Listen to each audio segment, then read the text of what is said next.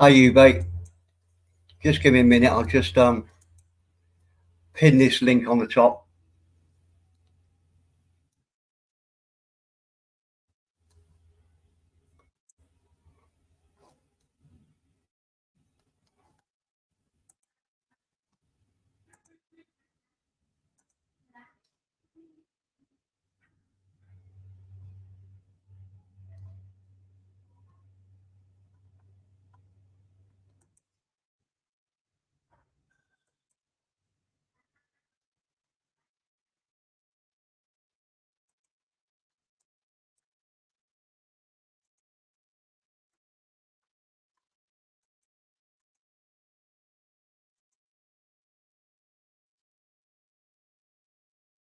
Hi, you mate. Can you hear me? Okay. Morning, Mr. Steve. So, Hold on. doing? Let me just turn my speakers up. I can't hear you very well. I don't think it's you. I think it's I haven't I haven't played around with my audio, so I don't know if I'm right. Okay. Can you say that again, mate?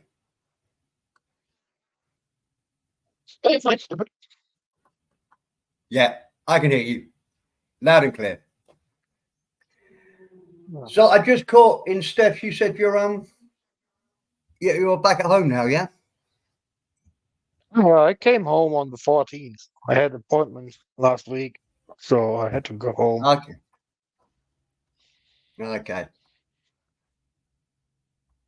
I would love to be there Well, because there is still 18, 17, 18 degrees and sunny almost every day. And here it's been raining uh, for 5 days straight, believe it or not. 5 days straight been uh, raining, and it's going on for another 5. And we have high gusts in between too, 70, 80 kilometers an hour gusts and all that shit. hold on one second, you be sorry, mate. My wife's just going. She is off shopping and she wants money for some reason. But I'll be back in a bit. Tick.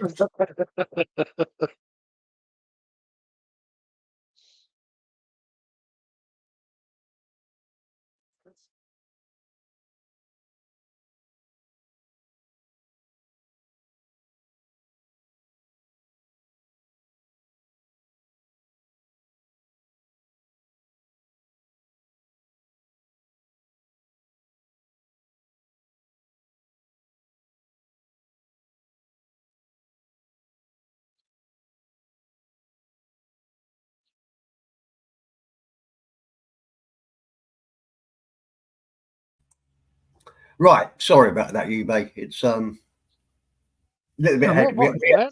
we had a big party here Family yesterday. comes first. Yeah. We had a big party here yesterday because, as I mentioned, it's as you know, it's British country, so they celebrate Christmas because they like presents of having a party. But Sunday is the sort of Oh. family. Sunday is a family day traditionally, anyway. In Thailand, it's often a time when people will have a party and they start really early in the morning. Um, God, I was so drunk yesterday. It turned into a really funny party, but it was hectic. Yeah, I know a little bit about that stuff because, like, I follow a bunch of van lifers and overlanders, and one of Mm, these couples they were in India for quite a while, and they were in the Ladakh area where all the Buddhism are, and the yeah, Buddhists they like parties, uh, they like welcome everybody. They are not shy. It doesn't matter. They don't care where you come from, what religion you are. If you are a good person, you are always welcome there. That's what I yeah, like on the Buddhists. yeah. For me, You're it's not a absolutely right. religion. It's like a lifestyle. It's not a religion. It's a lifestyle.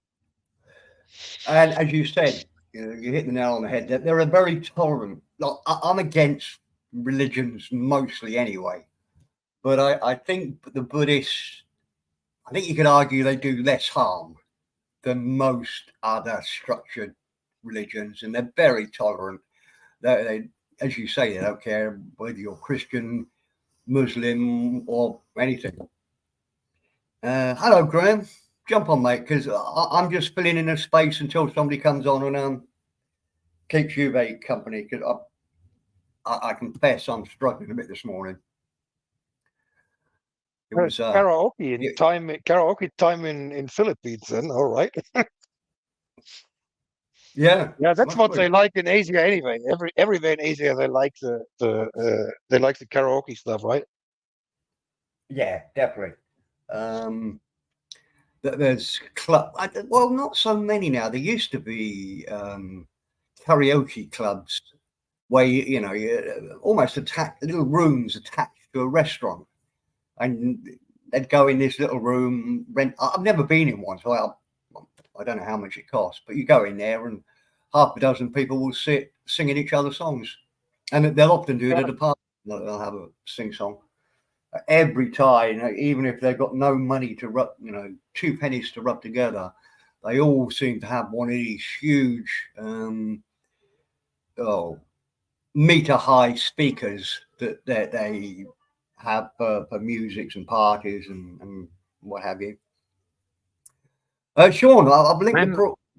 Sean, I've linked the prawn. I've linked the stream at the top. Give me a shout if you want to jump on, because they like it everywhere in Korea, in Japan, in Thailand, in Vietnam. They like karaoke everywhere over there. yeah, I think I think it came from Japan, if I'm not mistaken. yeah, probably. I don't know. As you say, it's very common.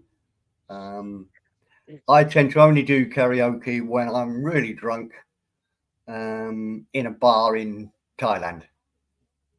But I've got to I've be never quite done drunk. it. No? Only karaoke Oh, I do is when I'm driving my car. That's when I do my karaoke. what about the shower? When you having? Not in the shower, not in the shower at all, but in the car when I'm driving. Yeah, I'm singing a lot when I'm driving. Yeah, yeah. I think most of us do that, don't it? It's one of the joys of life. So if you're driving on your own, with not having a conversation with anybody, I'm listening to my music quite loud, and I'm singing. Yeah. What's your Nobody preferred can hear it, music? so nobody can What, be bothered. what's your preferred music, Ube? What? I'm a metalhead. Okay. Now I'm more of a plastic pop man. Um, just normal pop music. I mean, Well, my favourite era would be new wave punk. The days of the Stranglers, Pretenders, Police. Um, the Jam, I the Clash. mean, we That all would we be all my listen to favourite. the pop stuff back in the 70s and 80s, like Mm. whatever, Duran Duran Um, and Frankie Goes to Hollywood yep. and all that stuff, and Eurythmics and Erasure and Uh, whatever you name it, man. We all listen to that. I remember when OMD and Relax, Frankie Goes to Hollywood, Relax, yeah, Relax was banned on Radio yeah. 1 in the UK because it was, look, as a I would have been about 20 when that song was released, maybe a bit younger. No, about 20. And I didn't know what the song was all about. I didn't realize it was all about gay sex. Uh, but yeah, it was banned in the UK. Oh, there Was it? was that. Was They it? had a bunch of controversial songs, like "Welcome to the Pleasure Dome" was another one. I mean, fucking hell, Yeah, and they were provocating big time. They I liked think that Two stuff. Tribe. What was it called? Two Tribes as well. The Yeah, Two Tribes. when Yeah, two yeah. tribes go, all was all that you was gone. They had Hey, they got had Sean some great Street. songs, man. Absolutely great songs. Yeah. I don't know why I'm typing. Hey, Sean, welcome, sir. Happy Halloween. You're a bit late, but it'll do. Sean, it's the links posted at the top. Andy, welcome, sir. The links Hey, Andy. posted. Jump on. I'm struggling to be a bit chatty this morning because I confess I'm suffering with a bit of just a little minor hangover from yesterday. Yeah, Yeah, music. Where were we? Yeah, there's a guy I really love at the moment. I'm more enthusiastic about him than any recent pop singer I've seen in probably the last 20 years. He's a guy from England, from Northern England, called Youngblood. And he's made two or three cracking records. But he's done one called Hated. And the words to it are horrendous. It's all about, well, I don't want to, it's about the worst subjects you could imagine. The only way I can do it without saying too much about it is the Roman Catholic Church were quite renowned for this sort of thing. And yet it's freely available on YouTube and it's really explicit. I can't understand. It's a great song, very clever, great lyrics, very cleverly done, good beat. But I can't believe it's not been banned. It's so explicit, honestly. Yeah, But, well, look, these we days, got Sean. hey, right, Peter, these Hello. days they tolerate way more. I don't know. Hey, Well, Sean. you're Hello, clearly right. Sean, Hello, welcome, Steve. sir. Hi, Steve. Thanks. How you doing? Happy season of festivities. Well, thank you, sir. Yeah. We had all ours yesterday, so I'm a bit late. Oh, okay. You're saying you had a big night last night, did you? Or well, it started. It was all day long. I've got a couple of step grandchildren in Thailand, and okay. we the eldest one is 5.5, and okay. so it's the first Christmas where she could actually understand what's going on, sort of thing. So we had the Christmas presents open yesterday morning at about 8 o'clock, and then we just partied all day long. It was Wow. It was good fun. Oh, that's But cool. I got no. It wasn't. I misplanned everything, and I got so involved in the beer and the wine and the whiskey, I forgot to cook this great big rump steak I had. Not forgot, but by the time I sort of the party was coming to an end, I just didn't feel hungry. I was full up, so at least I've got a steak to eat today, I suppose. Yeah, that's good. Happy what do you call it? Boxing Day or Stephen's Day? Well, Boxing Day is yeah. I mean, today is arguably my Boxing Day. Right. But Juve, don't they open presents in Germany on Christmas Eve rather than Christmas Day? Yeah, most do it on Christmas Eve. Yeah.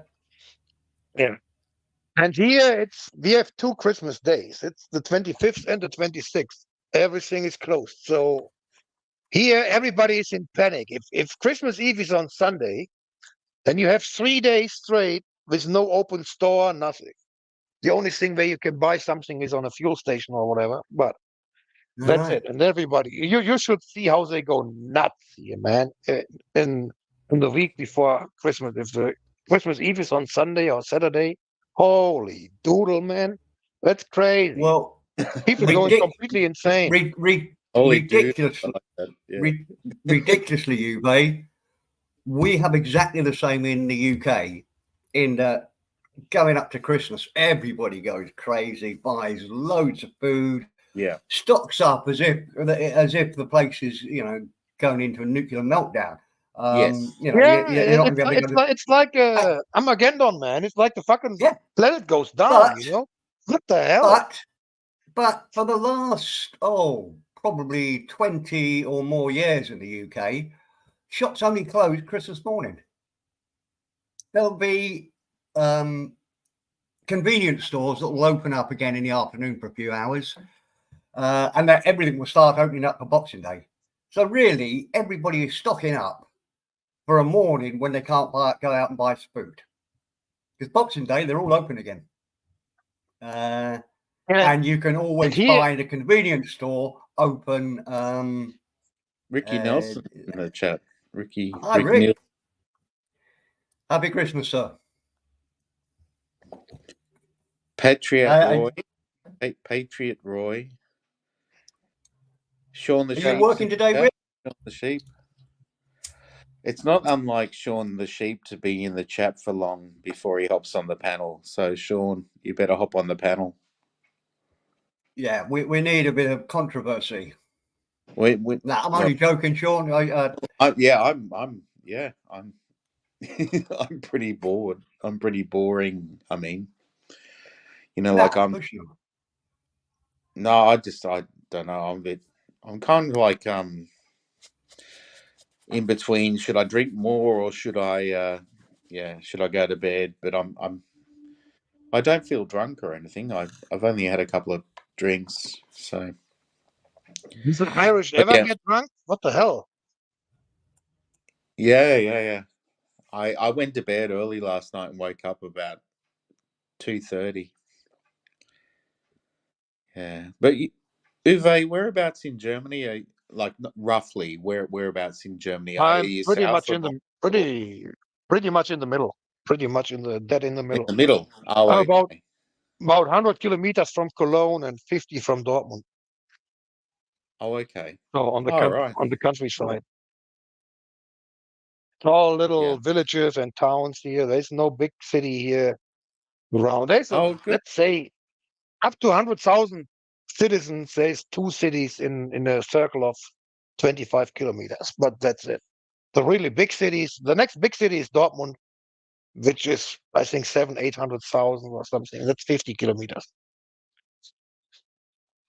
All right. Basically, it's little towns and villages with. My village is 300, and there's other villages with whatever 25, 3,000, and that's the majority here. Little towns and villages. Well, that's It's I find villages a lot less stressful than cities. Like I can't fucking stand cities.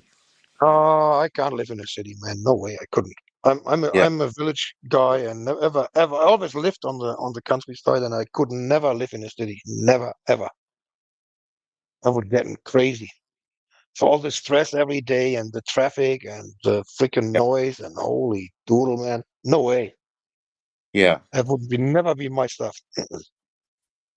It's funny because when you were younger, Uwe, did you like cities or like? I like to, let's say, to travel to cities to watch for a day, for 2, for 3 days. I mean, if you go to Berlin or whatever, you need at least 3 days to see a little bit, or Munich, but then after 2 or 3 days, I have enough stress. I have to go out. I have to go back to the countryside. I can't stand that stuff for long. Yeah. And what about Steve? Where are you? Are you anywhere near a metropolis, Steve? Or I live. Hold on, am I muted? Hold on. Wait. No. I live about a couple of miles outside of city of New York, in the province of New York. We're 60 miles northeast of Bangkok. oh, okay. About an hour and a half from the centre of Bangkok. I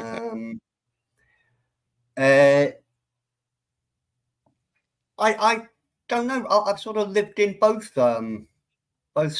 Well, let's say a city with 100,000 people in the UK. A nice city in the south of England. I've lived there, and that's where my family are. But I've also lived in a village that had less than 300 people in the village. So I don't really mind. I'm very tolerant of where I live. It doesn't bother me most of the time. Yeah. Oh, that's good. Can somebody just let me interrupt for a second, only because I'm dumb. What's Sean the Sheep says? I'm just trying to figure out whether it should be Ruffles or Lays. I don't get the reference. What is that? Does anybody know? They're crisps, aren't they? Oh, of course. Well, I've heard of Lay's crisps. Yeah, Ruffles are don't crisps. know about Ruff. Well, All yeah. right. Yeah, Sean the Sheep. Why Okay. don't you get on as well and yeah, and start a lot of gossip. Yeah, you've got free reign, Sean. I trust you, mate. But look, Sean, if you want to jump on, can you do it now? Because I'd really love to disappear for 10, 15 minutes. And but I want to let anybody on that wants to jump on. That goes for anybody in the chat. If you want to jump on, either wait 10 or 15 minutes, which is a bit yucky because it means it's just two, there'll just be two chatting on the panel. Or ideally jump on now, even if you don't say anything for a bit, just so I can relax. Oh, Relax, don't do it. don't do it. Don't do it. Sorry. Where Right, you want to go? I'll just say welcome, Sean. Thanks Hey. for jumping on. Yeah, no worries. I'm just gonna Sean? head out for a bit, so I might go quiet for 10 minutes also. But I thought because you said you were gonna leave for 10, so I wanted to jump on. Well, pretty quickly. I mean, now you've jumped on, I can relax and don't do it. Chris, we're referencing that song a lot in one go, but stay on. I'd love to have a chat with you later, Sean, if you're still about, mate. Yeah, no, I'll do my best. I got family chats. messaging me. I got family messaging me right now as soon as I popped on, and I'm going, should I talk with my family right now, or should I stay on here? Well, I think we all say you made the right decision. Anyway, What time is it there? It's almost midnight, is it? No, it's 2 p.m. Are you in Fuck, Japan? where are you? I'm on the International Space Station. No. I'm in Japan. Yeah, I'm You're in in Japan. All Yeah. right. I thought you were in the Tokyo. US. No, not right now. Not right now. No. Yeah. But Merry Christmas. And yeah. Yeah. I don't Konnichiwa. Yeah. know. Konnichiwa, yeah. Sayonara. Yeah. Yeah. Daihatsu. Arigato gozaimasu. Thank you. Thank you very much. Yeah. Arigato. Hi, Sean Summer. Hi. What? Hi. Let's say, don't they say hi, Toranaga? Oh, yeah. Hi. Yeah, like yes. Like you agree. Yeah. Yeah. A lot of times when I don't understand what they're saying and they're speaking to me, I just go, hi. Right. And I'm like, what did he say Yeah, to me? I have no idea. they are special, the Japanese, I think. So you have to always be quite let's say friendly, they have special treatments to each other. So it's not easy, I think, if you're not used to that stuff. Mhm. I think I would get in really big trouble over there. Mm. Sean, are you chasing? I think from something I heard the other day, you're chasing a woman. Hold on. I thought I was gonna be doing the gossiping, not you. You're chasing a woman, are you? Or is this what's going No, on? there's no comment on that right now. I don't have enough booze in me. You're not chasing a woman.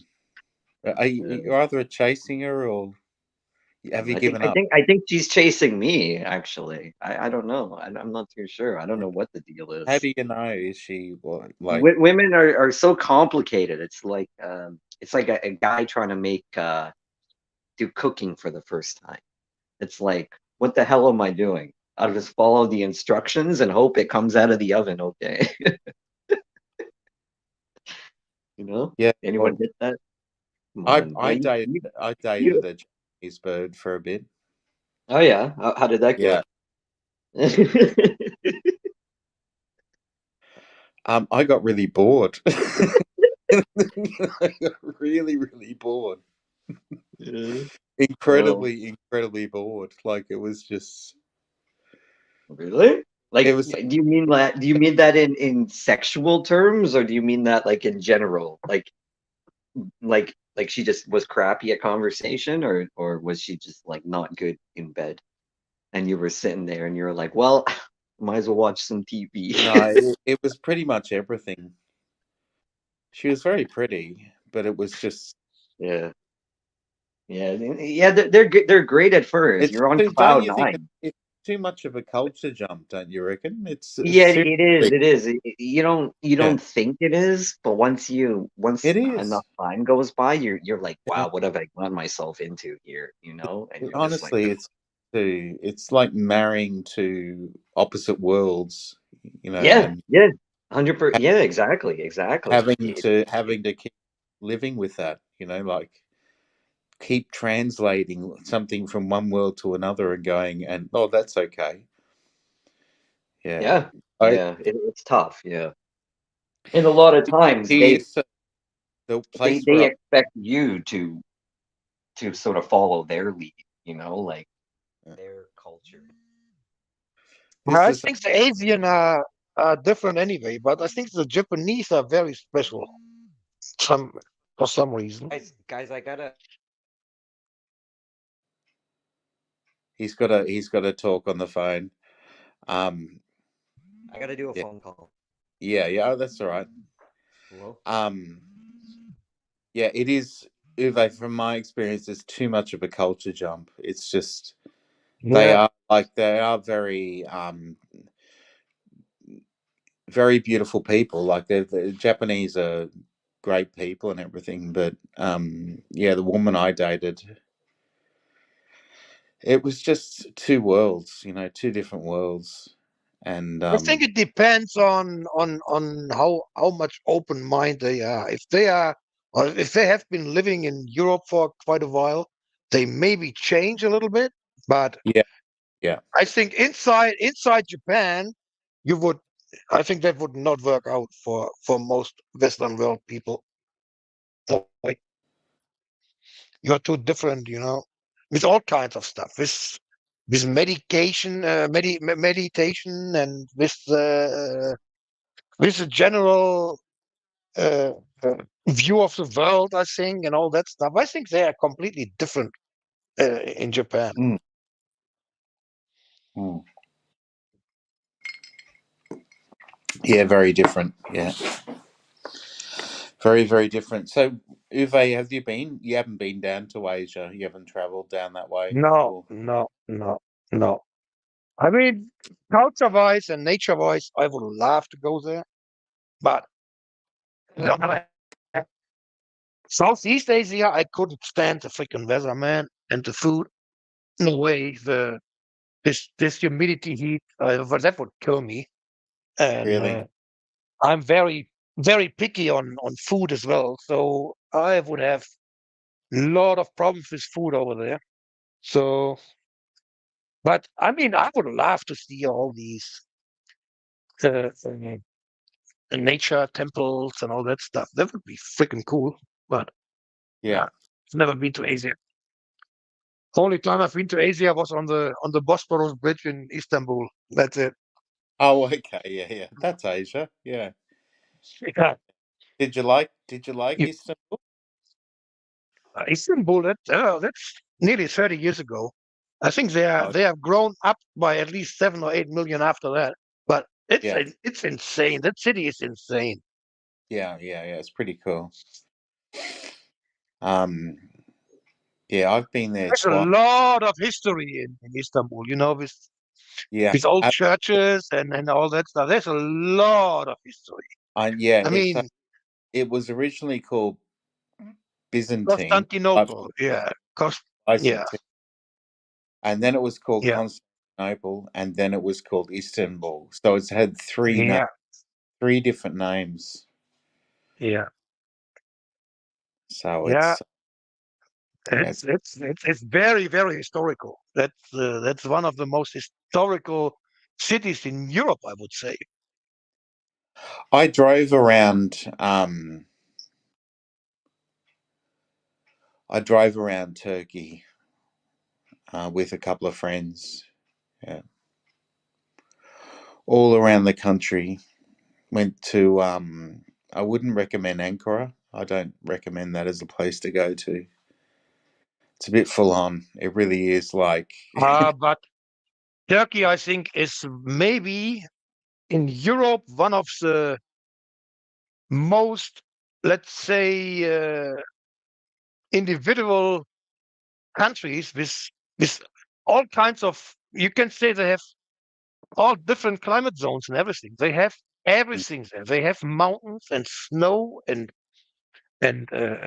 like even like almost desert area, and then they have almost like rainforest. They have everything there. So I think from traveling in Turkey, like I say, I watch a lot of van life and overlanding channels. I know from that a lot of traveling there. Being in Cappadocia and all that stuff, and up in the mountains, and there is some beautiful areas, and the people are just very, very nice in Turkey. Yeah. Yeah, it's beautiful. Like I've been there twice. Like twice. Yeah. Yeah, Yeah, it's that's my dream to go the with my Turk. camper van all around all around Europe, even Oh, down to Turkey and yeah. Georgia and Armenia and all that areas. Where are you going to go to? Where would you go to first in Europe? Oh, first, like I said, I have seen quite a lot of countries already, but Yeah. I would say first would be Turkey, yeah. Okay. Turkey, and then down to Georgia and Armenia, and yeah, maybe even over to Iran. Iran is very, Ah, very underrated on the yeah. on the radar, I tell you, man. And what they tell you on the mainstream media is fucking bullshit. I've seen lots of travelers going to Iran because they want to go to either to India or to the Arabic area, so they had to cross them. And I tell you, man, they had some great time in Iran. Great time. The women still can't dress up, can they? They still can't. They still have to wear. Yeah, they still have to cover their head. Yeah, the hair. Yeah. Yeah, that's the thing. Yeah, you have to go by that rules, otherwise you get in big trouble over there. I met a Iranian girl woman earlier this year, and in Athens, and she was stunning. She was absolutely beautiful, and Yeah, these Iranian women, these Persian women, are probably the most beautiful women in the world, man. yeah, No kidding. And back in the days, until the Americans fucked that country up, Iran was one of the most modern countries on this planet up until in the 70s, when I the was, yeah, Americans fucked it up yeah. and kicked off the Shah and took the Khomeini in there, and then came the Sharia and all that shit. Mm. It was one of the most modern countries in the planet. Yeah. Um, yeah, America does take over. Maybe they were worried. I don't know what they were doing, but obviously You they got to felt realize that they the first America had to. modern, yeah, they have their fingers in everything, But you got to realize that the Persian area is where you call let's say the surgeon and the modern medicine comes from. That Yes. the Yeah. first surgery was done in the Persian area. Yeah. Oh, they are very, very smart people down there. Very Yeah. smart. A lot of science and maths and advanced Yep. Yep. studies there. Yeah. Yeah. I started years ago having complete different view on the on history, on the world, on not believing in the narrative and all that shit anymore.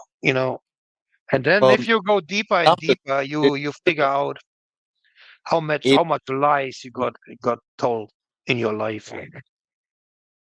yeah. Even numbers were invented, weren't they? Yeah, yeah, In the Middle East. Yeah, yeah, yeah. So yeah.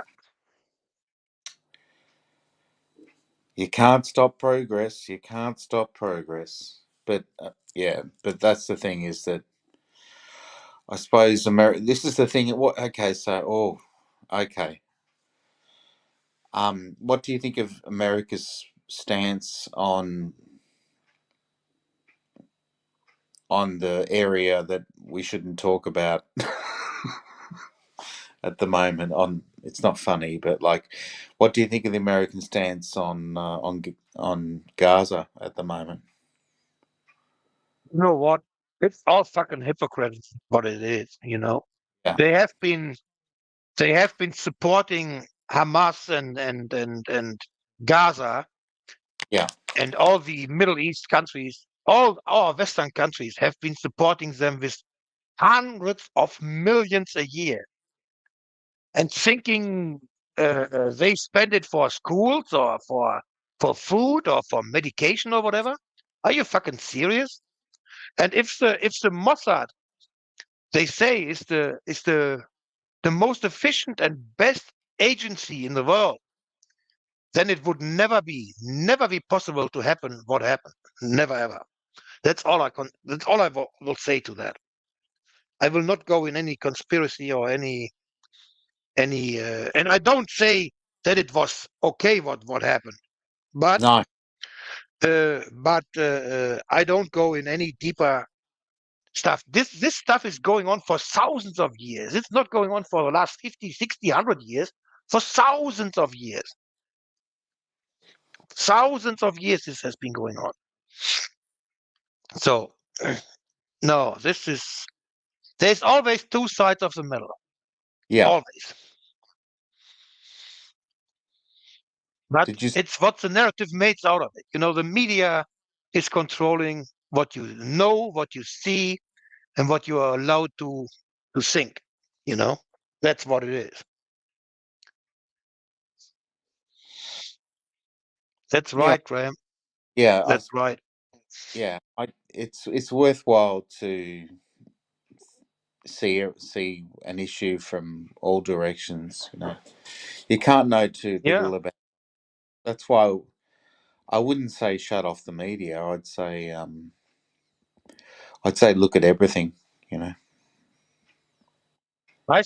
I think you know what? If that would be the only good thing on a worldwide blackout would be that people could not listen to the bullshit in the media anymore and would start to use their own brain again to see what is going on and not to watch what they show you on TV, what is all faked up, you know?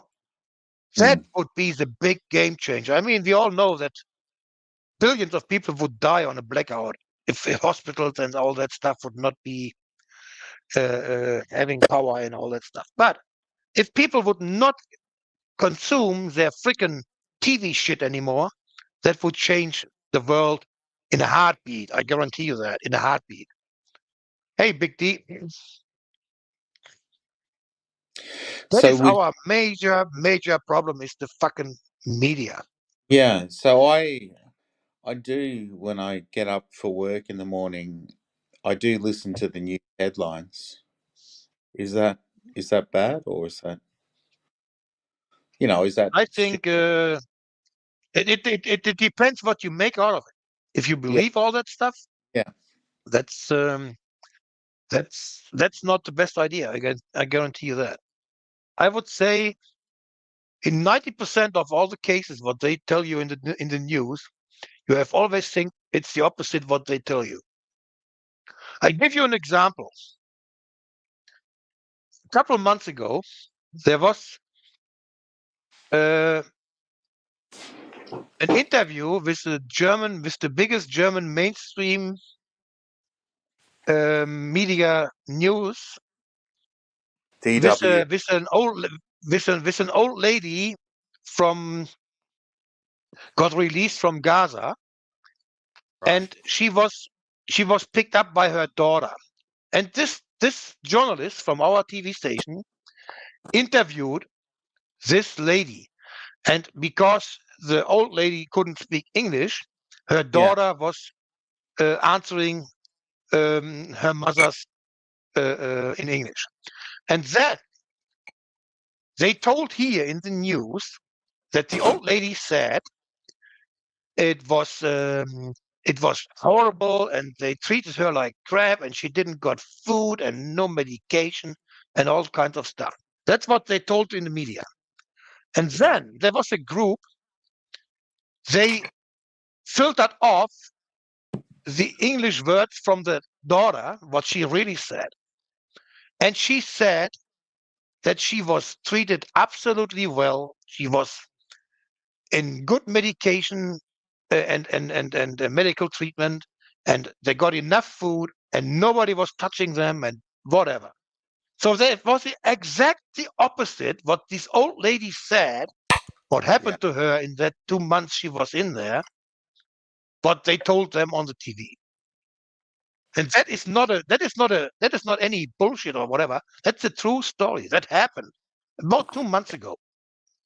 It's absolutely, and that is only one example. If you know, Desert Storm, all these wars in Afghanistan, wherever, you were always almost live. Every day there was a live show on CNN, everywhere you was live. What is about the war in the Ukraine? Have you ever seen anything of that in any news or whatever? I mean, I don't watch TV, but I know that they don't show anything from there. Not as much. No, you got to go looking. Yeah. Well, it's a stalemate there. Yeah, Graham, I mean, I look out for a lot of stories. You know. a lot of stuff.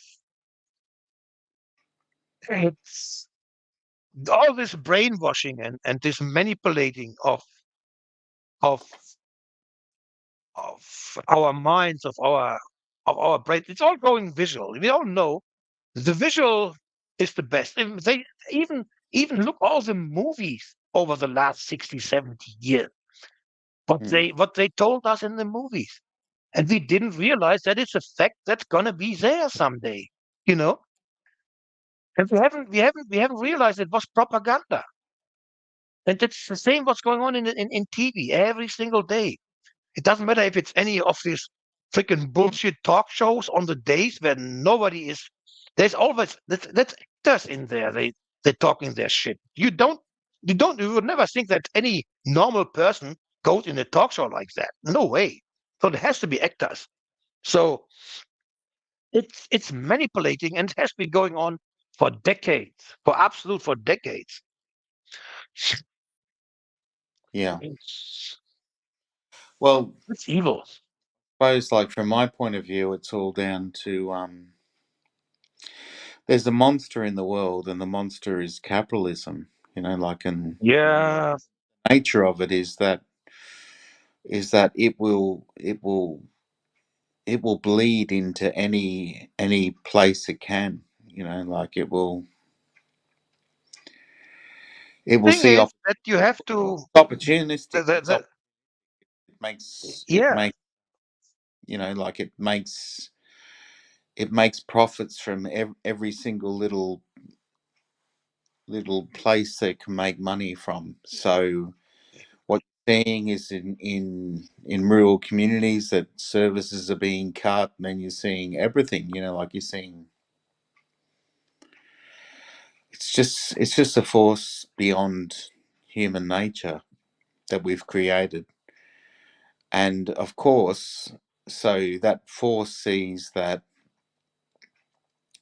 what makes money in news and media, like it's shaped by by extremities, like horrible crimes and horrible things, and what becomes newsworthy affects is impacted by that. Like, and journalists need to go by a code of what's newsworthy, but like what's newsworthy is horrific shit, and yeah, it's just um Yeah, we are in by what control by what makes of a very very small group of people. They have the control of whole world, and that's how they feed them the whole world with their freaking ideologic bullshit. well, And there's well no facts coming up anymore, no science.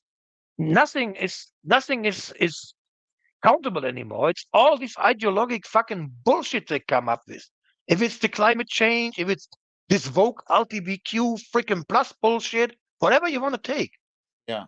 it's absolute insane. And the worst part is that you can't get the people to think about how evil the world and the politics and all these bastards are, that they're not doing anything good for you. They Yeah. never did, and they never want to. They are just evil, evil people. That's what they are. And they can't. People don't see and don't believe what they are. I'm just talking about. Let's talk about MK Ultra. You know, all that stuff. People don't even see how evil these freaking officials are. It's insane. Who's that you're talking about? Or I don't. MK Ultra. That's yeah. Go into that. We better don't talk about it on here. We don't wanna risk the channel, but it's an official stuff from the CIA in the US Oh, that okay, started in the 50s, where they're making experiments with humans, and some really really disgusting and cruel and evil freaking experiments. okay. Some really evil shit. Hey, Leo. Hey, Leo from Frio and Big D. That's a good name. I said hello to Graham in the chat. He never says hello back. Graham uh, should jump up here, for Christ's yeah, sake. good. Yeah, Graham is very, very Graham, intelligent guy too, man. I like to yeah, talk to Graham. yeah. I like the way he thinks. Yeah, Yeah, he read many books and he's very, very, very, very open-minded for the real shit, you know? yeah, It's yeah. not he's not buying any propaganda bullshit. He uses a good line of deductive thinking. Yeah, Yeah. yeah. But Sean, The the thing Sean, is, I've been in traveling through Greece for about 6 weeks. have I you? just came back on the 14th. And Where'd you go? I met I came from Czech Republic, Slovakia, Hungary, Romania, Bulgaria, and down to Thessaloniki. And from there, I was going first to the Meteora monasteries up in the north, Mm. uh, and from there down to the Peloponnese, down to Corinth, and then from Peloponnese from the east to the west with my camper van. But All right. what I was saying is, I met so many great people, locals, and many people from Germany, Switzerland, Austria, England, France. They they just quit their life. They sold their house. They sold everything they had. They're living in a camper van and getting out of the system. They trying to escape out of the fucking system. They are all knowing what's going on. They all see the real deal. But we are still not able to change it. And that is what makes me so freaking sad and thinking, why is it not possible to get all our freaking asses together and kick these bastards off? I don't get it. I don't understand it.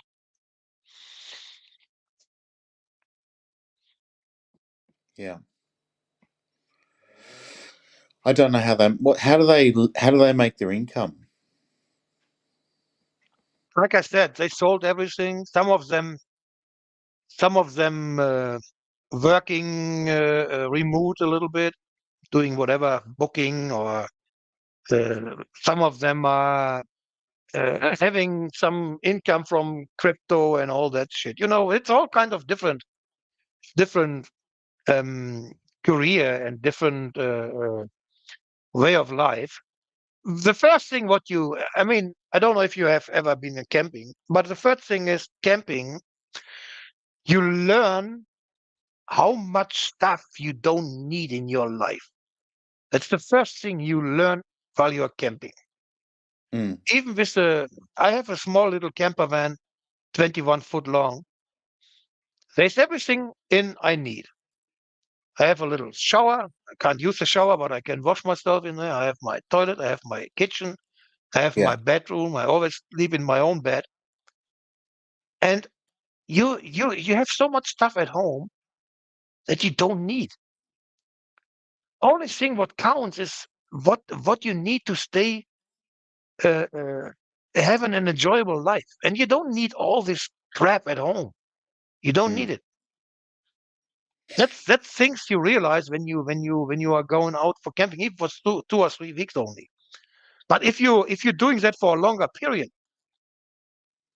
then I think you start changing your whole point of view. You probably get rid of even more stuff while you are traveling.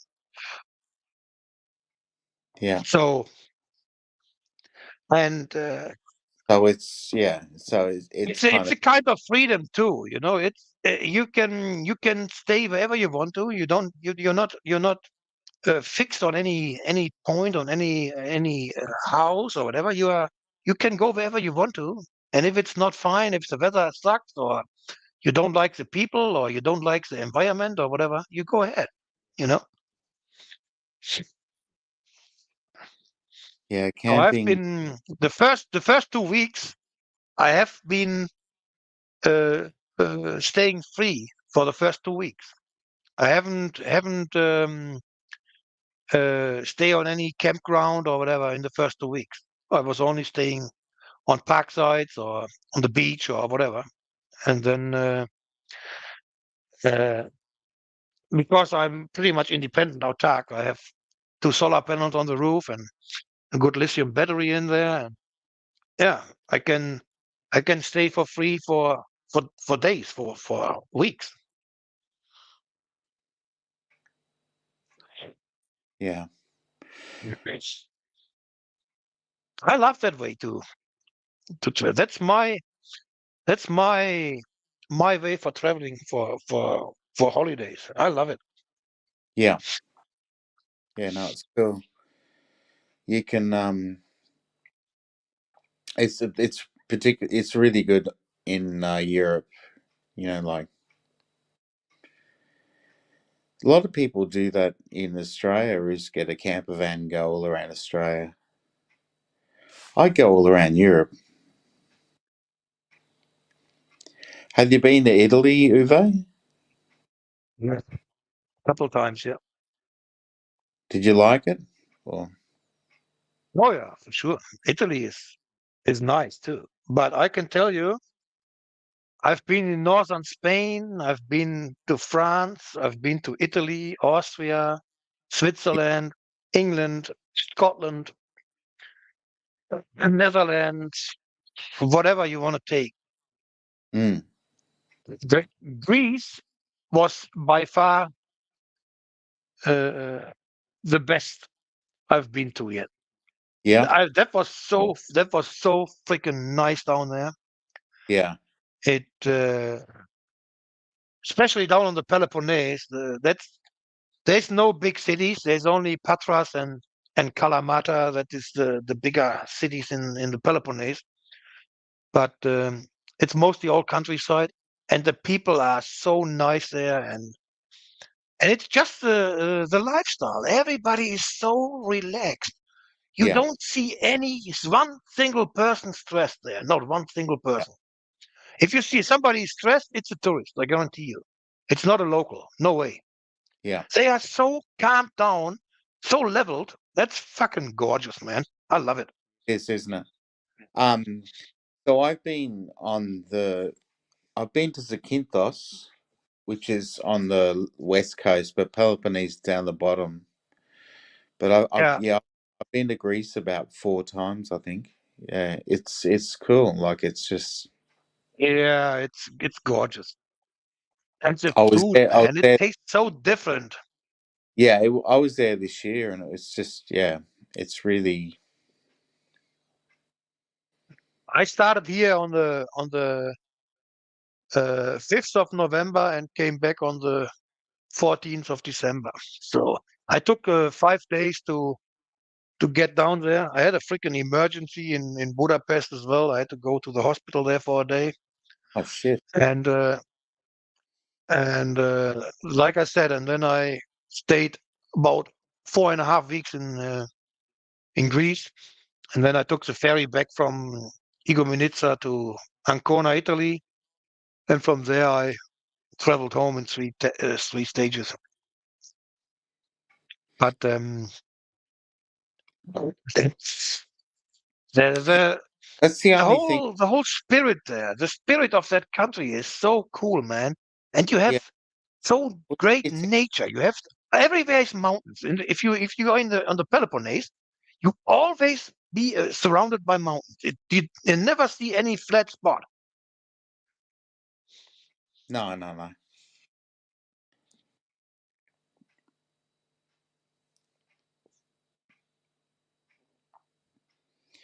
Yeah, I've been down to Crete and to a lot of the islands and to Athens. No, I And haven't been to Athens. I have. I haven't even been to Sparta or Olympia because I have major issues walking because of my health issues and stuff. So right, um, I decided not going there because it makes no sense. If you go to that places, you have to walk a lot, especially if you go to Athens. I mean, Athens is. I came wrong. I came along Athens when I came down from Thessaloniki and from Thessaloniki, and uh, if you come to Athens, you see the freaking dust over that city. You see how freaking the smog. That's yeah, absolutely insane. yeah, You can see it from the outside. It's crazy, man. So there's probably a bunch of areas in Athens I would like to see, but you have to walk. Even if you use public transport, you have to walk. And I couldn't walk enough. So I decided not going there. yeah, yeah. No, you got to climb in Athens to get up to the things. Yeah. What's happening, Steve? Where are you, Steve? You're actually watching everything, but you're not on the panel. Yeah, No, he's on the I'm back. panel. I'm You're back. back. Okay. How, Where am how I? long? I'm in Thailand. Is that what you meant, or you just meant physically? Where am I? I'm in my Where are house you? in Thailand. Are you? Yeah. No, I'm saying like where. I thought you'd left the chat. Are you back or Yeah, I'm left the? Sorry. I'm just highlighting comments and just keeping an eye on things. Ah, we've got another Steve in the audience. Welcome, Steve.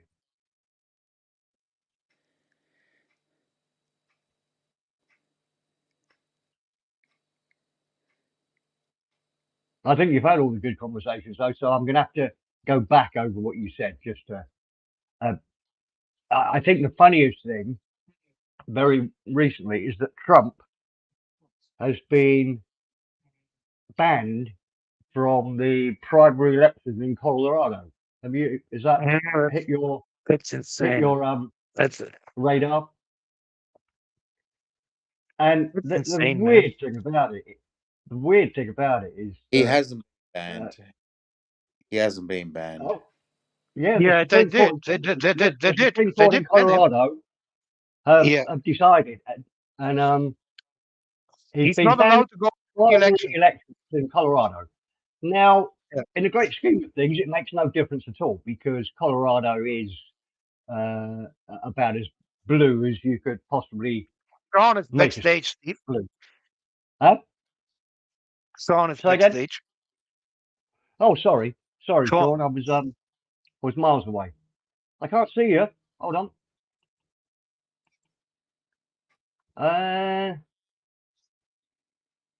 Sean, unless you've been and gone, come and gone, I can't see you backstage, mate. I am having trouble with my internet this morning, so it's possibly my fault and not yours. But there's nobody backstage that I can see. I guarantee you, I guarantee you, if it's not being Colorado, they will do everything to not get him back into the election, because they know if he's going into the election, he will win, and they will not risk that shit. So he will not getting the access to the next election. I guarantee you. It doesn't matter what they do, Hold on even a if they minute. have to I've got kill him. a second. But he's not going into the election. I guarantee you that.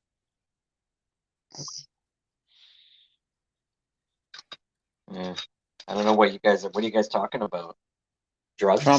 Trump now, yeah. Trump, yeah. Fascinating subject, yeah. Yeah. He'll win the next election. But Yeah. will we If he goes in, he will win it. But they will not allow him to get into the election. I guarantee you. No way. They will find a way to keep him out.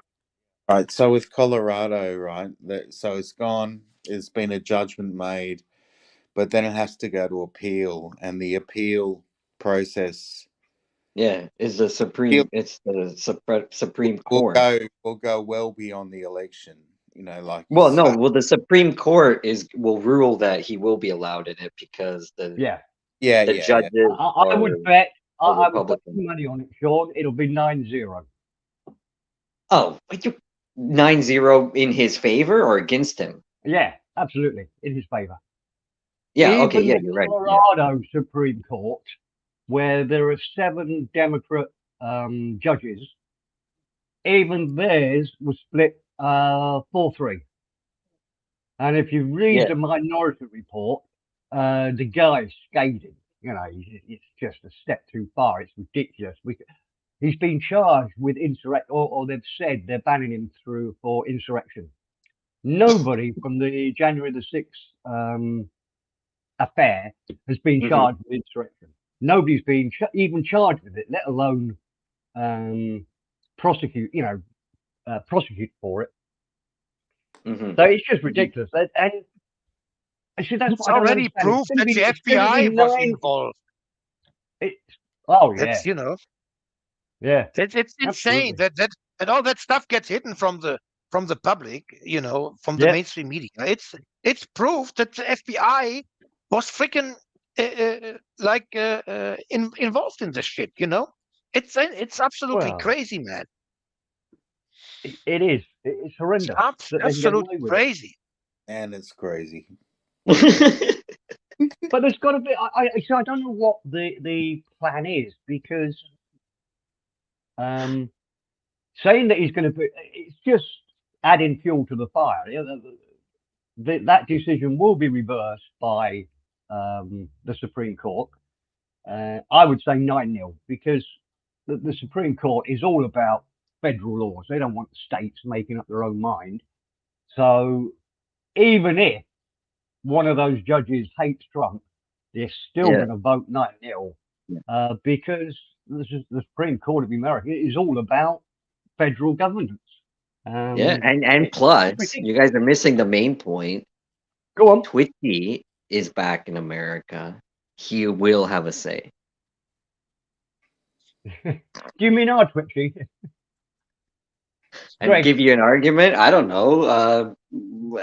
Is Christmas still a holiday? I don't know. Is Christmas still worth? Should we still celebrate holidays? Are holidays the same as what they were 20 years ago? You're I don't know what tangent you're going off on, Sean, but carry on, mate. Well, I don't know. You said give me an argument, right? That's what you said, right? All right. No, Okay. no. Sorry, I misunderstood. I thought that's what you said. That's why I went in. I went in on that. Yeah. Sorry. If that's not what you Yeah, I said, did. then No, I did. It was just we were talking about Colorado, and you said Twitchy is, and I didn't even know you knew who Twitchy was. I didn't I was realize on he his was panel part of last your. night. Were you? Oh, no. Yeah. I don't mind Yeah. him. He's very good at what he does. He's actually think out very, of- you got to give people the benefit of the doubt. I consider myself a very forgivable person. I know he's controversial, and he has been in the past before I even joined in everything on YouTube with the Thailand stuff. But I think he's, there's nothing really, for the most part, wrong with him, in my opinion. Be nice to him, and he'll be nice back to you. I think, for the most part. Yeah. In my Who's it? opinion. Well, I think I met the guy in a bar in Patio. I bought him a beer. Oh yeah. And Oh yeah. he's a decent guy, and he was actually worried, even though I'm a skinny old chap. He was actually worried when I walked up to him. Well, I thought you were going to hit me. Yeah, But because no, he spent a lot of time, I guess, talking a lot of crap. So I guess he but was. he's Yeah. he's okay. And I think the only thing I'd criticise him on is that he took the wrong route. I think he thought that if you have a go at the other streamers like Kev and Sunny and all this, that would generate viewers. Mm-hmm. And Well, I it think did. all of these sort of get angry at people, taking them on, has got a very limited amount of people you can grow it to. Because people are just scared to go on panels. They won't Yeah. join a panel. They won't. Nobody wants to come on if you think, Christ, Yeah. I'm going to be attacked, or Mhm. and it will get. I think it will. I don't know how I'm trying to say this. It will grow your channel quite quickly in a short time, but because of the content, it's limited to how far you can grow. Does that make sense? Yeah. Absolutely. Yeah. Absolutely. And I would say the same I thing. think Twitchy is so good at it. So good. I mean, Christ, to be able to talk for 2 hours with just the odd reply to something in the chat takes a good brain to be able to do it. Very difficult. And what he's really good at is he'll go off on a sort of tangent to his main argument and be able to come straight back in after he's answered that with where he was in his plan, or what he was going to talk about. Do He's really you good think, at it. you think Twitchy would be pro-Palestinian or pro-Israelian? I've heard him talk about that, and he says that he says he doesn't want to talk about it because he says he's neutral. He says that they'll always keep fighting, so it's not his thing. Okay. And that was a pretty good answer, to be honest. I thought he just says there's no point in getting involved in taking one side or the other because they're always going to be fighting. It's that history has shown that, So there's, yeah. I think he's probably more neutral. Would he call Like for whatever they call a treaty or peace? a peace treaty, yeah, or a ceasefire, yeah, Right. that type of thing. But it's more complicated than just a ceasefire and a peace treaty. There's so much shit, and that's just it's such it really is a sad thing, to be honest. But because it goes to One, show Paul. I think there one should be. fact is definitely that Trump hasn't started one single war in his 4 years. Not one single one. Yeah. Fucking Obama That's what- bombed 7 countries in his 8 years, that freaking bastard. And getting the freaking Peace Nobel Prize for that. I think that's just beautiful math. Like, Yeah. just very lucky, like it's just, yeah. yeah, Well, it's surely that's the problem, Uwe, in that he didn't start a war. So all the politicians, well, it doesn't work like this. You know, we need war so we can transfer money from the defense companies into our pockets. And if Yeah. you got no war, how can you do that? How can we get rich if you're not having a war somewhere? It's all Which, it's a clever form of money laundering, just moving money from That's why. the That's why taxpayer they don't like. into Yeah. yeah, Yeah. absolutely. yeah, But that's why they don't absolutely. like Trump, because Trump comes out of this, let's say, elitaire group. He's a billionaire, but he's not playing by their rules, and that's why they don't like him. The same with Elon Musk. Yeah, I don't like Elon myself, but I like his attitude to show off in public and say, you know what, fuck yourself. I don't play by your rules. I have my own rules. You know. Elon So Musk is like a Bond villain. It's crazy to in this day and age that someone has that much power and influence when they're not in politics. It's just crazy. the thing is, that then we come to the point, Sean. That is it really right that one single person can have more money than a country? You know, and Yeah. we have more of these people, more than only Elon, who has that much money, more than several countries on this Yeah. planet. Yeah. You know, Well, and Apple. that is the thing. How far is capitalism going? You know, that is the Yeah, thing. yeah. Yeah. Well, we're reaching the yeah. Well, that and you hit the nail on the head there. We're reaching the downfalls of capitalism at this point. Yeah, We can't predict. I mean, right. It's the best thing to. There's over 7 billion people on the planet. They all have to be fed. What's the best um system where we can all live together? And that it's shown that this is so far this has been the best thing. But at the same time, we're starting to see cracks where it's like, uh-oh, like we didn't think about that this would happen. We didn't think about that would happen. We're living in it right now. Yeah. Well, we yeah, might be dead by the time we see anything dramatic happen, but definitely it's yeah, it's not pretty. Definitely. It's a crazy thing. Yeah. scary. It's fucking scary, man. Yeah. Humans love power. That's what it comes down to it. We're dogs. We're still animals. We, yeah, we, we Yeah, that is the thing. Humans are the worst predators on this planet, because every animal only kills to defend themselves or to get food, hmm but hmm they don't kill for fun. But the humans, we kill for fun. You know, my we cat kill is just for fun. Yeah. Yeah. Let me ask you guys something. Which there's country? Oh, purpose in sorry. that. No, go ahead, Sean. Go ahead. I was just saying there's usually a purpose in what they're doing. Yeah. Whereas Yeah. I just think it's a really weird old bloody planet, this one. Um, where everything, wherever you're greedy, you get rewarded. Yeah, Yeah. but that is Yeah. the That's like thing. The greed is what the humans are. They never have enough. It doesn't matter how many billions they have. They never have enough. And the more they have, the more they want. And that is the problem with our human. That's why it's not working. Communism in itself is not a bad idea, but it can't work with humans. You know, that is the thing. Because communism there's doesn't always work. somebody. No, Well, sorry. it's Go ahead. I didn't mean to cut you off. Sorry. Go ahead. There's always somebody who wants to have more than the other. That's why it doesn't work. You know, that's exactly why it's not working. yeah, good point. Yeah.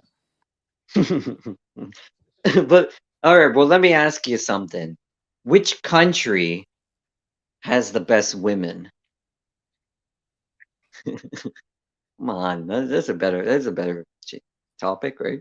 Well, Sort of. that's a good question, but like I said before, I don't know about the good, but I think the most beautiful are from the Persian area. I told it to Sean before, From from Iran. the Iran. Iran and Persian women, they are Oh, yeah, maybe the most beautiful women on the world. that's an interesting answer. Yeah, they are some very good looking women there. Absolutely. Yeah, but I don't know. I was talking to. Do you guys know Gogo 13? He's a very nice guy. Yeah. He likes Korean. He says Korean is the best. Really? And then there's a guy called Clive. He goes on Ron's panel a lot. He's a really nice guy. He likes Filipinos. He said Filipinos are the best. Yeah. So I guess it's all And hearsay. But at the you at say the end of the day, nobody ever says European or American or Australian. and you say Japanese, Sean.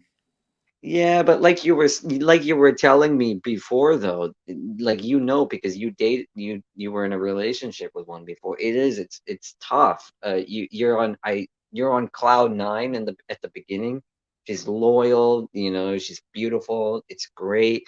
But then the culture thing comes into play. And yeah, there's always culture in it, and it feels like you're sort of forced into behaving in a Japanese way with them. It's tough. I mean, I remember Banana King was saying that his son was married for a while to a Japanese girl, but it fell apart, and I get that. It's I don't know. It's not easy. It's definitely not easy. Yeah. Yeah. In your romantic life, would it Yeah. be easier for you to chase impossible love, or would it be easier to do something else? What do you mean by do something else? I chase impossible love. I don't think so. I can't do that. I'm a type of guy. I get very frustrated very easily. Like, if that makes sense. Yeah. I know it's kind of a broad statement, but I get very frustrated very easily. I could be with a very good looking woman, way out of my league, and Yeah. everyone's going wow, and then maybe she has lots of money, or when I'm just like living, like, it looks like I'm living like this great life, but You are I could you get are you Jerry Seinfeld? Is that what you are, or like I would say I'm more of a mix between Jerry Jerry and George. That's what George? I would, yeah. Because George is that guy that he always like he Yeah. gets like the back end of it. Like he's like great, like for Yeah. people that don't know the Seinfeld references, he's like he gets screwed, like he's always like, like he gets this sort of this bad luck. He feels like it, and I'm like sometimes I feel like that too. But I'm Jerry, also in the sense where I go out and I'll date someone and everything's going great, and then I'll look. And she's got And yeah. yeah, like for example, she goes to the washroom and she comes out to like this is I'm not even joking. Yeah, I'm you'll be with someone in the restaurant or in the bar. And she says I gotta go use the washroom. I go okay, no problem. She goes in, but then she comes out really fast. I'm thinking to myself, did you wash your hands? I'm like, Oh, I don't think she washed her hands. What kind of girl doesn't wash her hands? There's no way that yeah. someone would go in there and sit down and then Okay. come out that fast and not use soap and wash their hands. And now Yeah. Yeah. that's on my mind. What? Just for clarity, what sort of timing do you think is acceptable for the Sorry, visit to the? Well, how can you? long? How long is it an acceptable time for the lady to disappear into the restroom and come Well, out? And you coming say, oh, out, yeah, coming out she's at the taking her same time. time. She go on. Sorry, no, Oh, no, no. Sorry. you're doing it compared to you. So if you go in and have a pee, wash your hands, and come out, and she's already out, and you went in at the same time, then you're guessing she hasn't washed her hands. No, no, then You're in that scenario that you just described, definitely 100%. I'm not gonna be happy. Because I'm a guy and a guy goes in. Don't forget, the guy doesn't have to sit down. The guy stands up, right? And generally yeah. speaking, men I think men can sort of get away with it a little bit. Are Like, you kind of you saying she know, couldn't have wiped everywhere she needed to? I'm sorry. Repeat that. I didn't Are hear you it. saying she couldn't have wiped every single region she needed to wipe in the bathroom? Is that what you're No, saying? no, Or no. I'm saying she couldn't have. Where She might have just where's turned the this tap on. conversation drifted, guys? What the heck is going on? I'm just making breakfast and Well, I'm thinking, what's going on, man? the chat, Graham and Big D are having a really we're sensible about hygiene. talk in the chat, and we're talking about an acceptable time for ladies to go and Yeah, have a pee. I think it works. I think the it's a great way to art, do it. the ancient I'm art just of listening. I'm just listening right now. I'm making breakfast, so I don't know. I don't see the chat, hygiene. but I just got. What the heck is going on here? We're talking about hygienics. Yes, yes, This is the absolutely. But my point, no, my point is, Sean, is that not so much that she didn't have time to wipe everywhere. It's that she's probably she put her hands underneath the tap and she didn't put soap on and she went, all right, that's enough and I'm out of here. I don't. It's like no, sorry, you can't do that. A guy might be able to get away with that, but I don't. No, you can't do that as a lady. Come on. yeah, Then that's then it shows what she's like down the road. In the future too. Then she's gonna cut corners for other things too. And she's gonna lie about it. And I can't put up with that. that's deep Well, I'll tell you something even micro. more embarrassing, Sean. I went to, can't remember what city it was in. It was somewhere in the UK. I went to, I think it was somewhere like Portsmouth. Could have been on the docks at Portsmouth. And I went to this brand new public toilets, public restrooms. And it was so modern. I walked in there and started unzipping my flies to go and piss in the sink because it was a low sink. Fortunately, a guy turned around and said, "Excuse me, mate, the urinal was behind you over there." Oh shit! It was.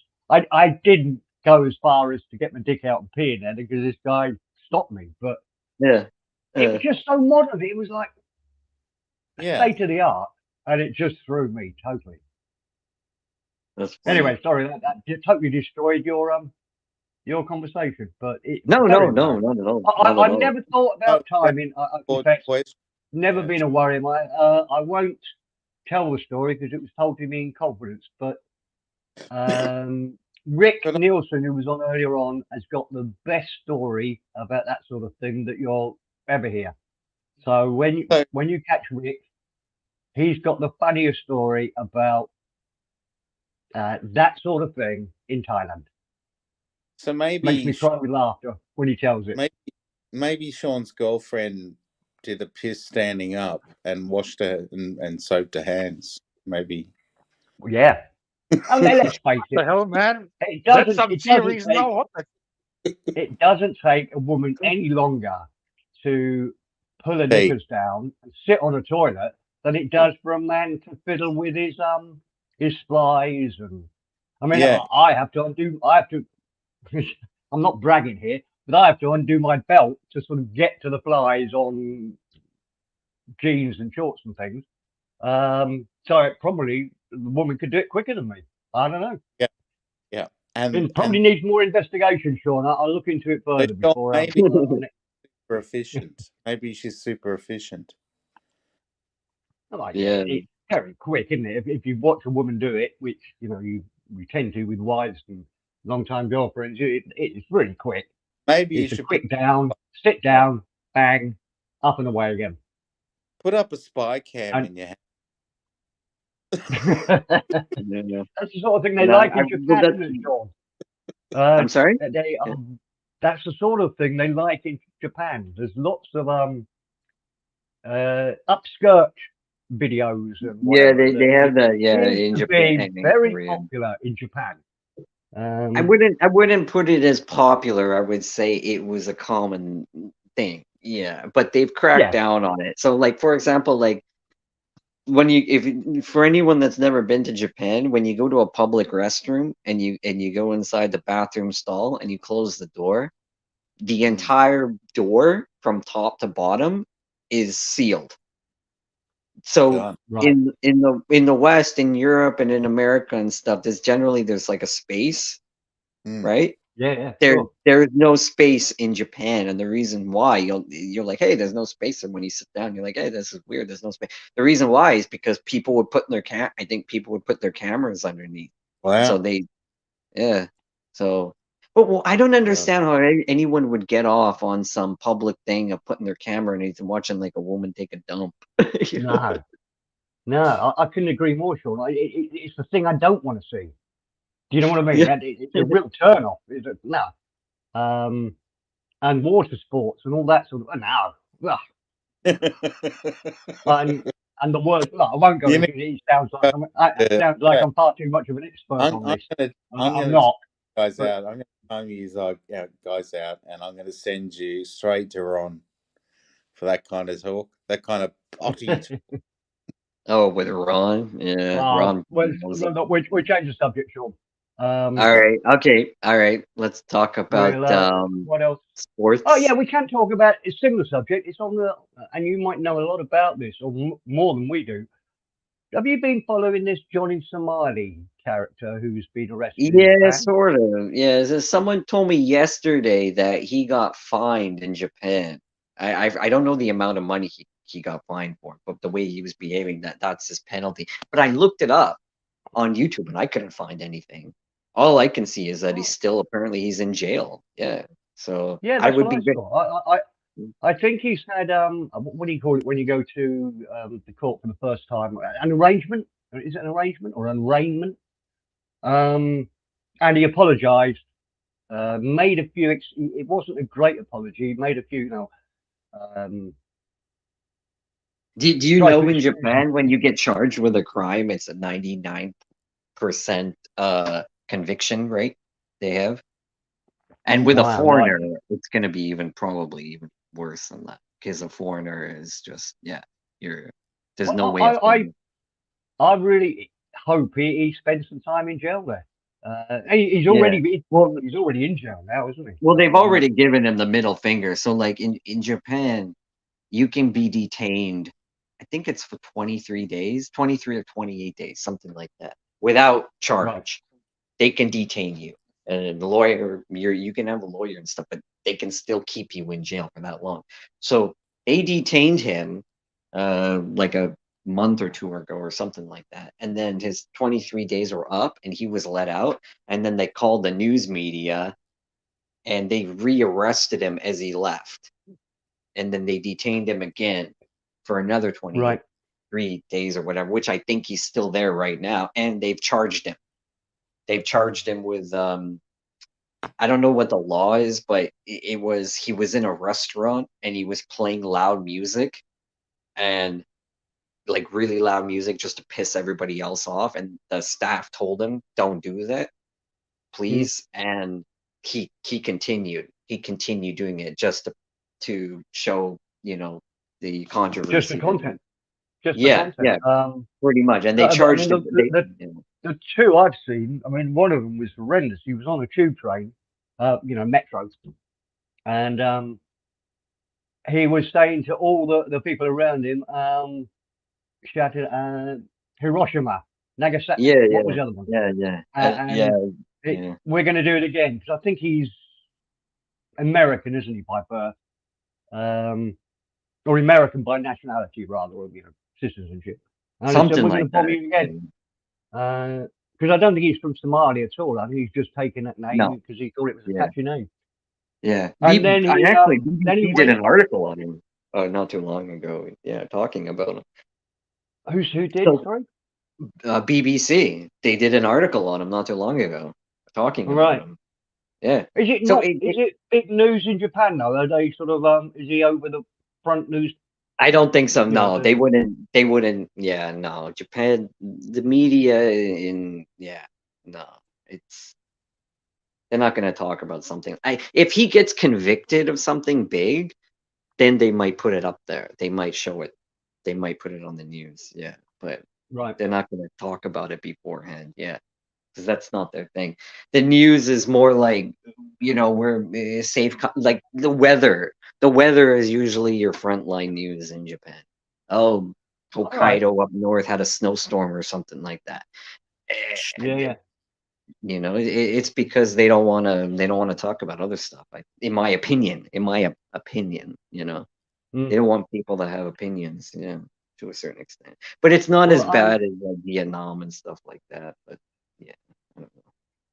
Yeah. Well, no, when you talk about the courts, I don't know what the statistics are for charges to be convicted, but I bet they're very similar in Thailand. I think it comes down to the Asians not wanting to lose face. In that once Yeah, you've charged somebody with them, yeah. you've got to get the prosecutor and the police, in effect, if you're going to let the guy off, you've Mhm. got to let them lose face, because they're basically saying, well, no, yeah, the police were wrong, the prosecutor was wrong, and it rarely happens in Thailand. Yeah. Like It's probably not quite as imagine. high. I think you've got more of a. Japan is sort of renowned for its honor system, isn't it? I've seen chief executives apologize for losing money or for doing something. You know, they'll go down on their knees and apologize. Mhm. It's a Mhm. matter of honor, and Mhm. I think it's very similar in Thailand. I Yeah. mean, I won't go into all the Well, let details. me ask you something, and I can ask Go on. the other guys too on the panel. So you know the Red I think Bull, not the here. Red Bull son story, right? Mm, The guy yes, he yeah. killed the police officer. I think it was a police officer. He drove It's drunk. hit and run, wasn't it? Hit and drink driver, hit and run, something like that. Yeah, no. Well, apparently the guy was on the hood of the car, like when he drove when he did the hit and run, like he drove home, and the guy was still like on the hood of the car. From what Is I this, All right. remember, is this yeah. good? Is this a good news story, or what's this story? Is it? Cool.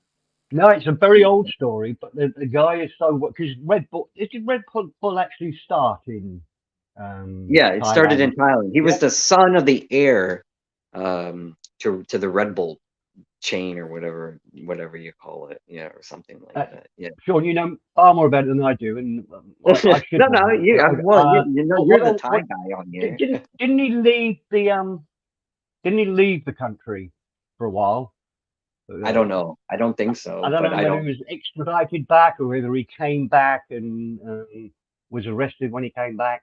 I haven't heard anything on it lately. I've got a feeling he's Well, been he let off. got and it got international news. That's how I started to read into it and stuff like that.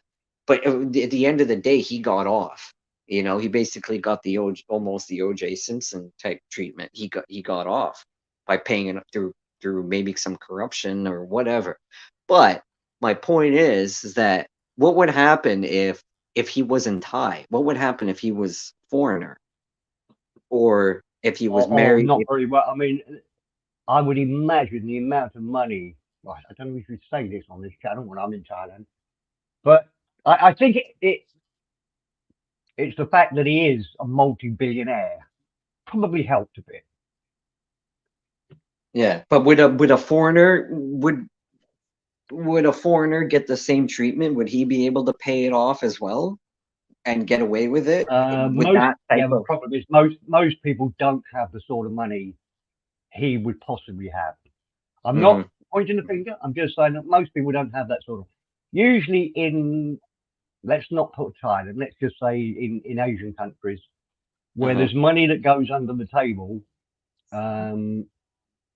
it has to be done really quickly before it gets to the courts. Because as soon as it gets to the courts, you've got that losing face element of um, the prosecutor and the police have got to admit, to let somebody off. Yeah. You've got a lot more people to pay off.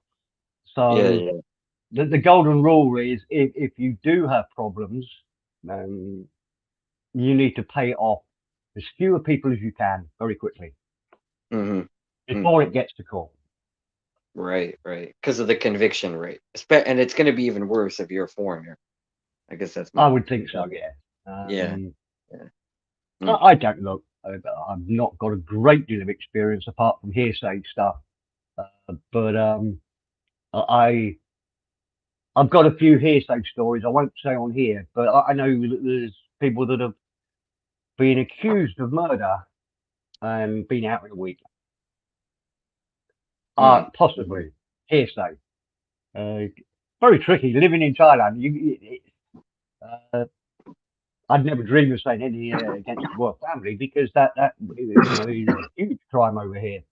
But don't even want to sort of suggest that there's corruption, even though you see it on the national news. We've just had a big thing with immigration here. A lot of immigration officers were arrested for illicit dealing, shall we say. So they know it happens. But it's like everything, a lot of things in Thailand, if you don't talk about it, it doesn't happen. Right. That's why there's still the law on the books is and I've seen, I mentioned this before when Johnny and I did a little stream. Prostitution is illegal in Thailand. Yeah. And I've seen a government report. This is going back 20 odd years, so it's an old report. But a government report saying there is no prostitution in Thailand. So there you are. Yeah. Case closed. Doesn't happen. Yeah. It's like in Japan. I mean, you'd be stupid to do this, but let's say you get caught with a joint, they'll put you on the front page of the news on TV, guaranteed. They'll throw the book at you. But if a local Really? teenager or something got caught with something like that, you probably won't hear about it. Yeah. But and then you think, oh, it's the foreigners that have the issue. Japan is all hunky dory, that type of thing. I don't know. I don't know if that's on the same level of is what you were talking about, but I just thought I'd throw that in there. Well, it's just been an interesting story on the Thai news, and it really shocked the local Thai guy. That I don't know if he is Thai, whether he's Indian Thai, but he said there was an old woman mugged in Sukhumvit Road in Bangkok, and she was mugged in broad daylight, and that was quite a big news story for Thailand. Because it's actually very unusual for that sort of thing to happen. Most youngsters, have a fight. I mean, some of the fights in the schools are horrendous. So they have that sort of gang violence, but it very rarely translates into the sort of horrible crimes we get in the UK, where an old woman is withdrawing money from an ATM and is mugged by a couple of 13-year-olds. That is very, very rare. And when it does happen, it's a big news story.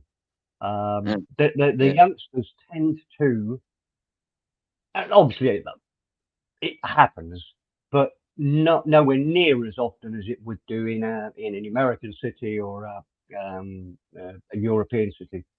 The violence doesn't translate from the youngsters still to the old people.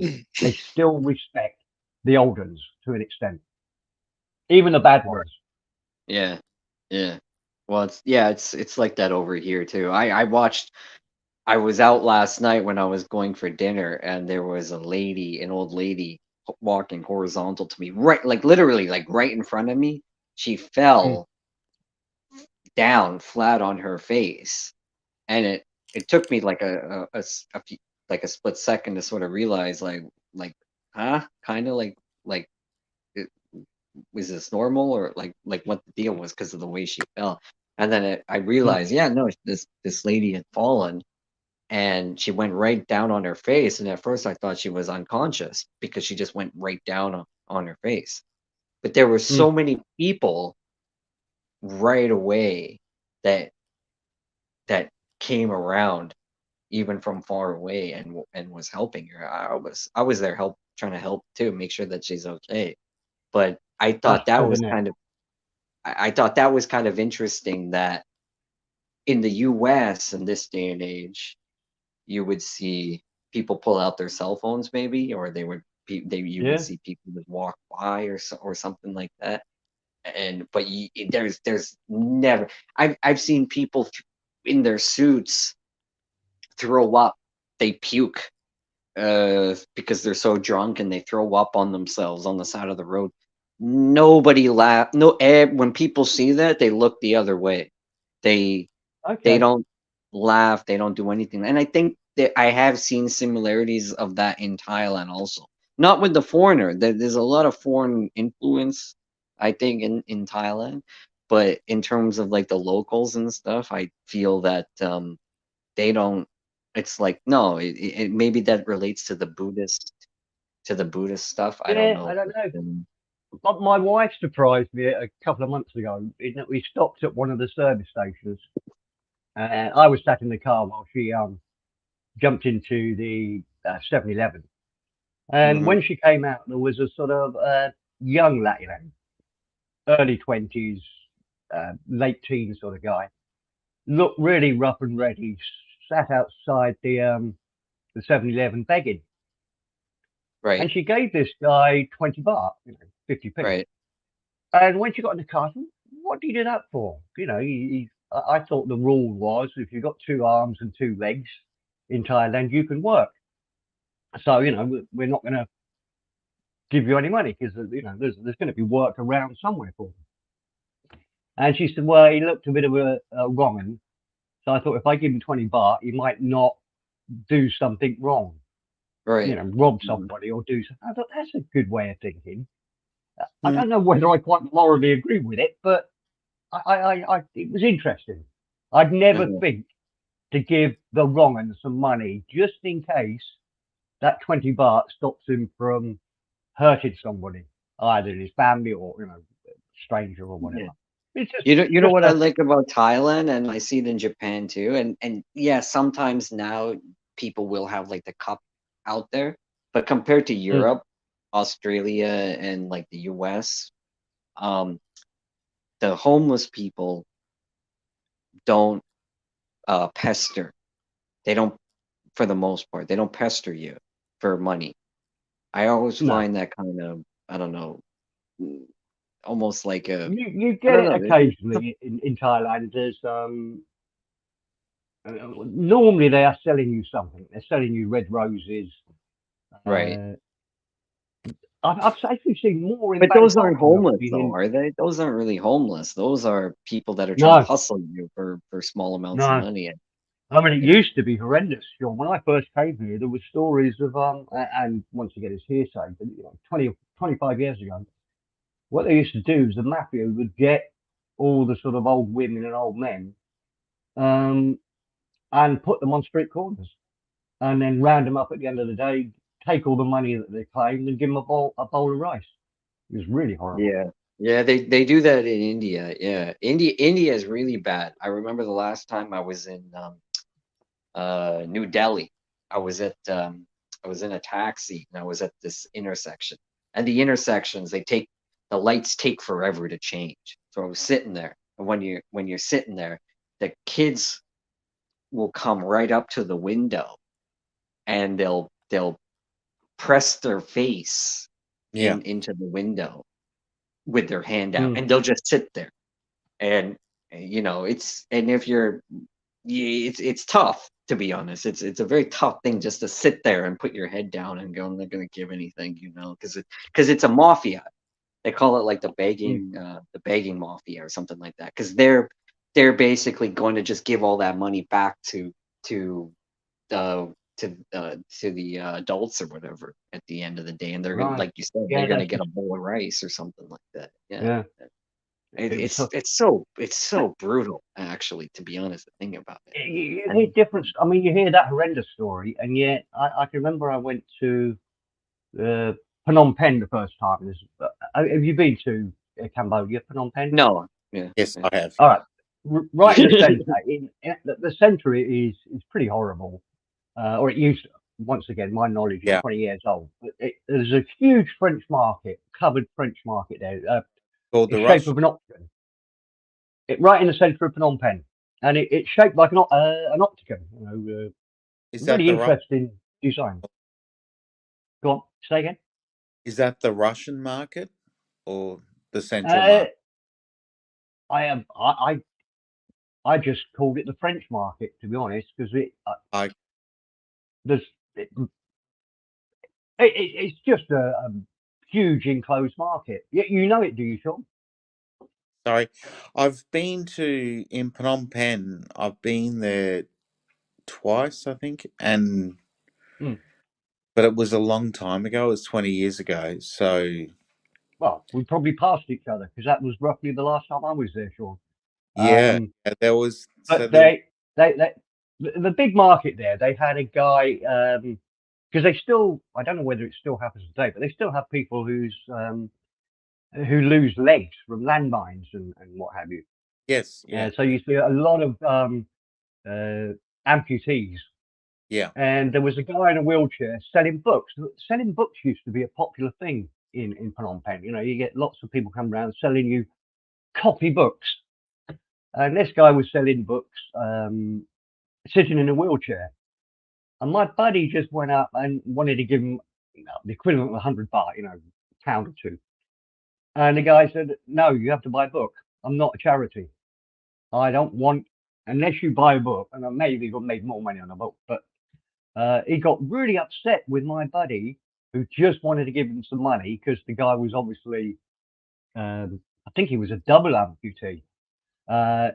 No, wouldn't accept it. So like with all these things, you can make an argument for lots of different things here. Yeah. It's When you were there, Sean, did you stay by the river? Yeah. And that's beautiful, isn't it? Yeah. It was where I was. I don't The think I first really night we went, knew. I go was on. staying right on the lake on the water. I was staying on the water, but I didn't really ever get to see the views. But I think it's twice. Yeah, it's twice I've been there. Twice. Well, it used before I was old enough to retire, because you have to be, I think it's 50, 55 in Thailand, maybe 50. Yeah. You have to leave you can get a 12-month visa if you're over 50, I think it was. But before that, I used to have to leave the country every 3 months to do what they call a border run. So you go to Cambodia every holiday if you were staying there more than 3 months to sort of refresh your visa. So I went quite often. I think I've been at least half a dozen times. And I remember the first time we went there, we were conned into staying in the centre of the city, which is horrible, or it was there. I mean, it might be Yeah. great now, but because I think Cambodia's had a pretty. lot of money poured into it from the Chinese. But Yeah. certainly then it was horrible. But as soon as you walked out, it was only a mile outside of the city centre is the river, probably not even that, and it's beautiful, just like being on the banks of the Seine in France. Lovely cafes, nice bakeries. I Yeah. absolutely loved it. We stayed very close to the Foreign Officers Club. Oh no, Foreign Correspondents I've Club, been there. Yeah. which was the apparently it's closed now. You know, we've got a character here, Press Club. a man Or, called Souths. Do you know Souths? yeah. Yeah, he lives in Phnom Penh, and I've said, "Is the Foreign Correspondents Club still going?" Yeah. No, it all closed down during COVID. Oh, right. That was Steve, a have you grand. ever been to Angkor Wat then? When you've been to Yeah. Cambodia a lot? No, The I haven't. No. the Foreign Press Club is it was kind of pretty grand. Like it's a beautiful building, like it's and then you had upstairs, downstairs, and I really And the liked it. balcony, yeah, you can just imagine all the Yeah. foreign correspondents sitting in there having the gin and tonics Yeah. as they report on the atrocities of Lieutenant Nescapi's in the chat. I'll just highlight it. Oh no, I'm in the wrong thing. Yeah, I've been to Uve. I've been to Angkor Wat twice.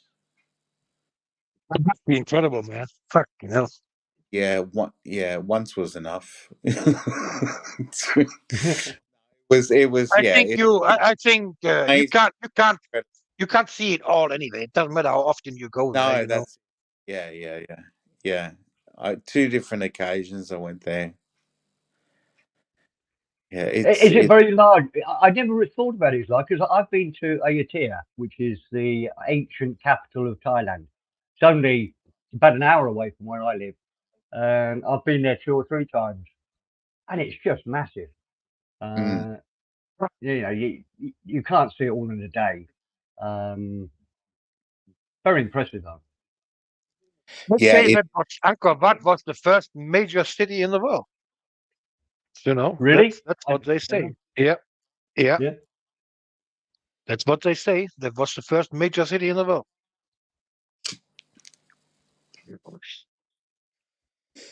That's just They found so much misunderstood. interesting stuff in Angkor Wat on this. Let's say on this all these monuments on the wall.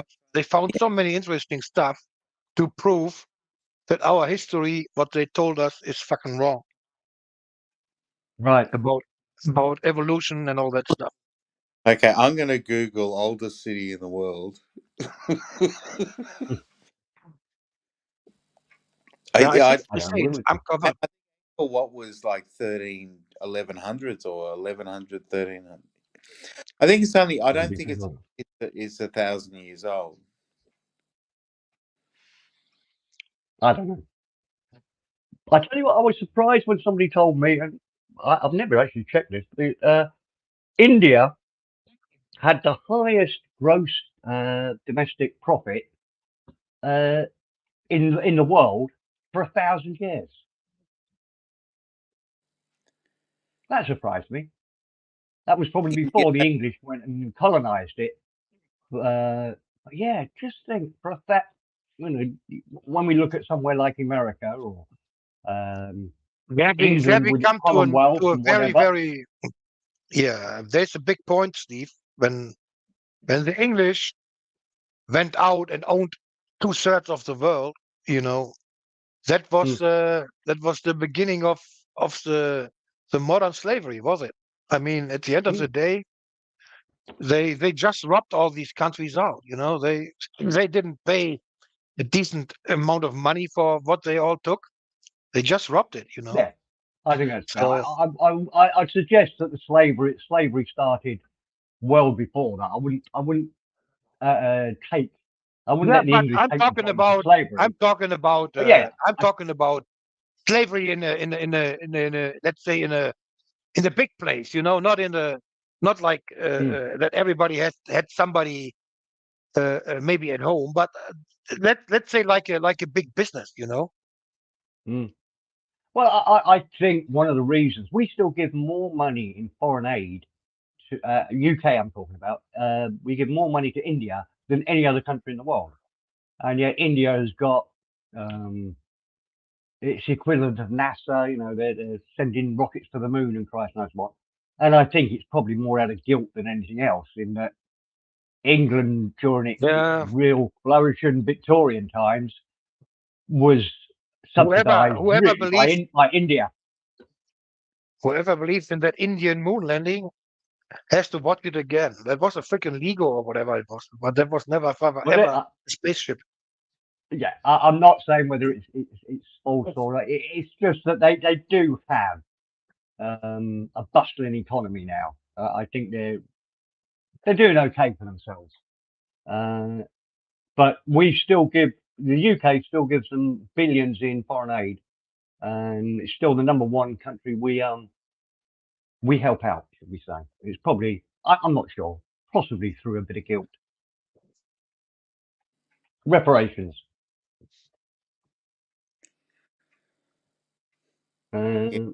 Let's put Lieutenant Escape on. I mean, India is going to be the next booming country. Like China's pretty much exhausted itself, but like India is going to be the next big booming economy, isn't it? Or... Yeah.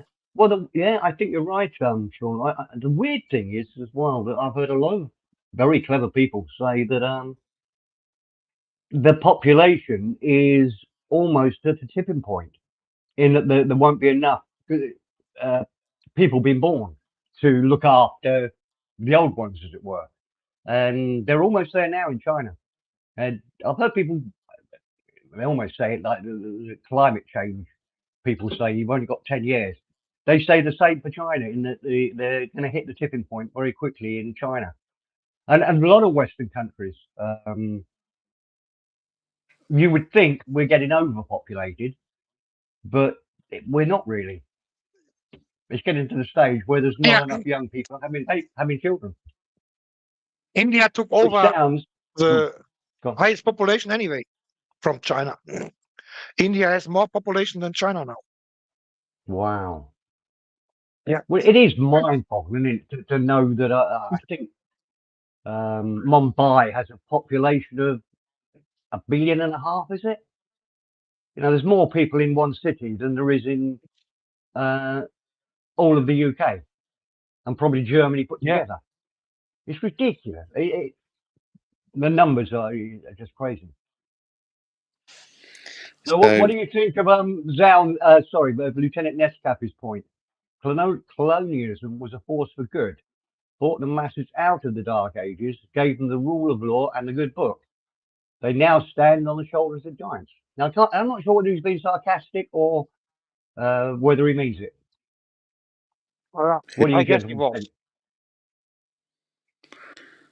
If you know him, you know he's sarcastic. Okay.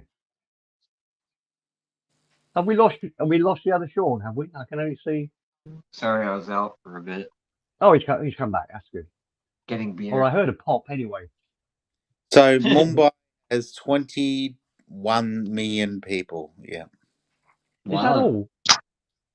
I thought it was Jesus. more. I think the biggest city is still Shanghai, isn't it? With more than No, 30 I million. think it's Tokyo, to be honest. Tokyo. Okay. I think so. I think. Yeah. Well, no, In terms of we've like got Google density, it. I think Let's it have a might be look. Mumbai, but like biggest city, I think it's Tokyo. Most populated City in the world. Yeah. Birmingham? No, who said Tokyo? Sean. Yours truly. Yeah, Tokyo. Population 14 million. Yeah, which is 14? crazy because And Bangkok is fucking massive. When you look at Bangkok, it's like holy shit. yeah, it's not even in the top. Not even in the top 9. Wow. Mexico City is second. I thought India. Mumbai's only got 12 million according to this. Oh no! Wait. They've got the lists here, but they're not in order. What's about Shanghai? Shanghai's winning. Hold on, let's look at the other 42. They haven't put them in order. That's ridiculous. Who would make a list and put them in random? So at the top you've got Tokyo with 14 million, and then further down you see there's a country in it looks like another Chinese one. Chongqing has got 32 million. John Wick. Shanghai's Chongqing. Shanghai's 27 million. Okay. It looks like that one's winning. Ho Chi Minh's got 9.2 million. That doesn't surprising. seem that bad. Like it's weird though. Like 9.2 million doesn't really seem like I don't know. What's London? Anyone know what London is? 10 million, I think, is London. Yeah, about 10 Yeah, million. I would have guessed that. But it hasn't got London on the. Well, this is the most stupid Google. Oh, London, they say 8.8 million. I think it's way above that. I think Paris is only 6. I don't know. List largest. I'll take all that back because there's another list here under something else that's saying it's Tokyo again. But it looks like Chongqing is the municipality of Chongqing, China. It's approximately the size of Austria has the largest population of any. It all in France. probably is China because they've got the most billionaires now too, but they don't like we still call our billionaires Bill Gates and Elon Musk and all that, but apparently China has the most billionaires. Also per China? like So, Really? so I got a list here from 2023, and they say it's Tokyo with a 37.2, then Delhi with 32.9, then Shanghai with 29.2, then Dhaka, Bangladesh, 23.2, then Sao Mm. Paulo, 22.6, and then Mexico City, 22.3. Yeah, that sounds about right. That list sound Yeah, that I sounds think more that's accurate. far more accurate than the stupid Google I found. I didn't even put them in order. Yeah. I found I'm some surprised Sean, let me Bangkok. ask you a question, if you don't mind. Yeah, What is yeah. making you traveling that much? Is it your job or it's just tourism? No, it's just I don't know, moving around. COVID's over. You know, I did it before COVID too, believe it or not. But I just, you know, I'd like to move around a lot. That's just me, And just without for going into clarification, Oh, you, into Lieutenant, detail. you are Lieutenant retired already, Nescafe or? wasn't joking. Sorry, you both what? One at a time? Sorry. No, Oh, you no. are You carry retired on, already, Invent. or? Sorry. You guys are talking at the Hey, same time. Yeah, it's the delay. My fault. No, Are you sorry. retired? Are you retired, Sean? Or? No. I'm working. I'm working away. Yeah. I work remotely. I can work remotely at times. So we'll put it that Okay. way. Yeah. That's the only thing. That helps a lot. Yeah. But that I helps a don't lot. know. I like Asia too. I always consider like Asia like my home away from home type of thing too. I love like the Buddhist culture and how nice people are and you know the it's just different, you know. And you need to change things up in life, right? At times, you know. So yeah. Hey, Mr. Robert, You gotta what's going switch. on? Gotta switch it up. Hey, move up. Yeah, you got to Welcome, switch Robert. it up. You got to come on StreamYards all the time. Actually, now that I think about it, it does sound kind of dumb because I'm on StreamYards so much in the last week, and it's like, what the fuck are you doing if you're moving around? You're just on StreamYards still. That's only How you because it's doing, Robert? Christmas though and stuff. Sean, we know you like moving around. You like your variety in your men.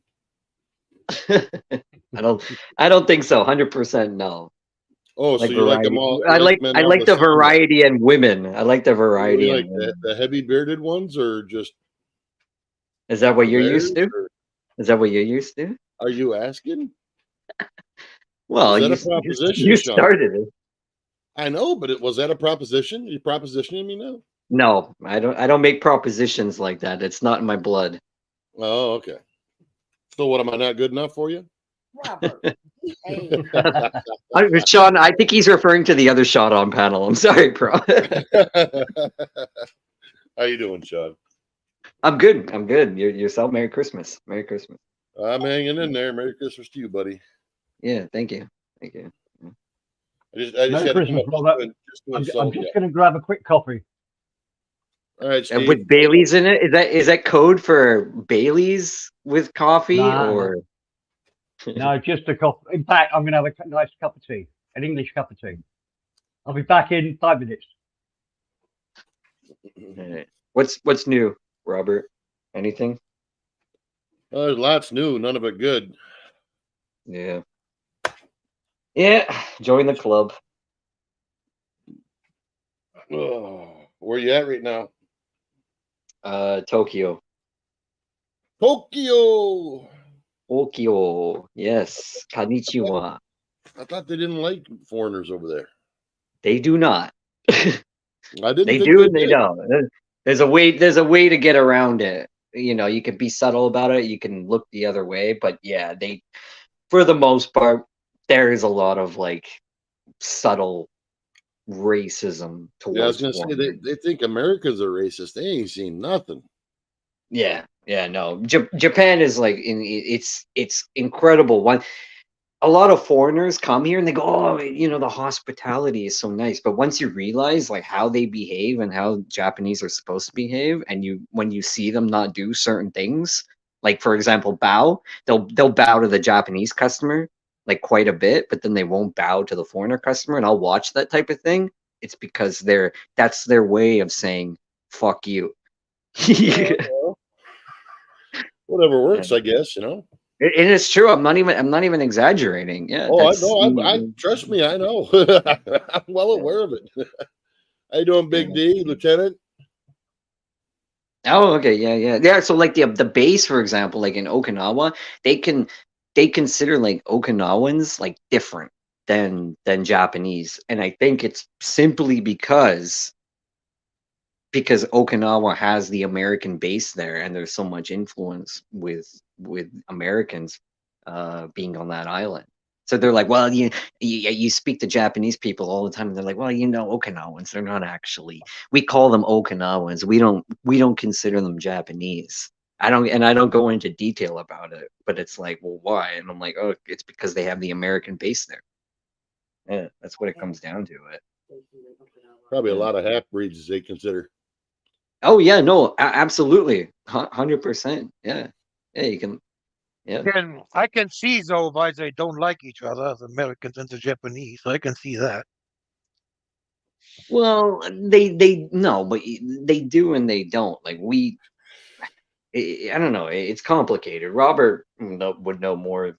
Robert's educated on this topic to a certain, you can tell, but they don't hate Americans. They idolize it, because they've copied a lot of what watching Hollywood movies and stuff like that. But at the same time, yeah, there's that old fashioned culture that's I was gonna say it's the culture they don't like. yeah, I think so. It's we're above you type of thing. That's what it comes down to. It we're above you. Like we love America, but we're above you. We're better. What do you think about Japan? I get asked this question all the time with strangers and stuff, and I've learned never get into a debate, and it's the same response every single time. A random Japanese person will come up, be in a bar, be drunk. What do you think about Japan and the way Japan is? And I'll go, Japan is great. You're so lucky to be able to have this type of country. And they will say, yes, I agree. I think so. Even though they've never left Japan, but they just think they're under that impression that Japan is the top country in the world. But I have seen that as globalization gets bigger and globalism or whatever. I've seen that in Vietnam. I've seen that in Thailand. I've seen that with Chinese and Koreans. Well, it's a face thing. I think you see it in every country. It's a face thing for Asians. They can't admit if there's something wrong, even if it's a very little detail. I mean, like as myself, I'm American. I know I'm American. I'm also an asshole. I accept that. So yeah, but like so okay. But what you just said right there is perfect though. Asians will never say I'm an asshole though. They'll just say like, no, you're the asshole. I'm gonna go down with the sinking ship type of thing. We will put our hands up at the end of the day, and we'll sort of say like we grew up to say, hey, respect the tourists that come in our country. We treat tourists better than our own, in my opinion. But in Asia, this goes for any country in Asia, in my opinion, except maybe Singapore. You go there, and they treat you like shit. Spend your money here and get the fuck out. I think we've all dealt with it. Anyone that's traveled to Thailand or wherever in Asia has all had a story to tell in that regard, in my opinion. But if you go to Europe, no, go ahead. Yeah, respond. I wouldn't be as crushing as that. There's an element of truth in what you're saying, but the Thais are very tolerant of anybody from the West, anybody else. Now, they will always put the Thais first. In fact, their political party, one of the political parties was called Thailand for Thais. And the sheer fact that it's almost impossible to get citizenship in Thailand for Westerners. It's done, but it's very rare. But I hear about that Thailand is very, very, very racism against black people from Africa. That's what I hear. Well, Probably. but I they don't just know. don't like dark. It's a cultural thing. They don't like dark skin Yeah, well, because white dark is in skin all the means Asian countries. What? Sorry to cut really quickly, Steve. that's all right. Sorry. Yeah, Um, that's okay. white is exotic. That's the way I like to use it as. So when they get a lot of information, especially the poor people, and in all these countries, because their information is very limited, they get a lot of it from Hollywood movies. So they're thinking, well, you know what? I'd rather you had the choice. Would you rather be with a black guy or a white guy? I want to be with the white guy. If they're It's willing to deeper be the it's deeper than that, Sean. It comes down to the fact that if you're dark skinned, generally means you're a farmer, poor farmer. You're working in the rice fields. Whereas if you're white skinned, you're educated, you're working in an office maybe. You don't have to work in the sun. And we had it in reverse in the UK and many cold countries, in that even to this day it's considered good to look tanned if you're in the UK, because it means culturally that you've got enough money to go on holiday to somewhere sunny. So it's all how we assess whether somebody's worth. And for the Western countries that are cold, it's quite hard to get a suntan in the UK. Possible for a couple of weeks, but rare.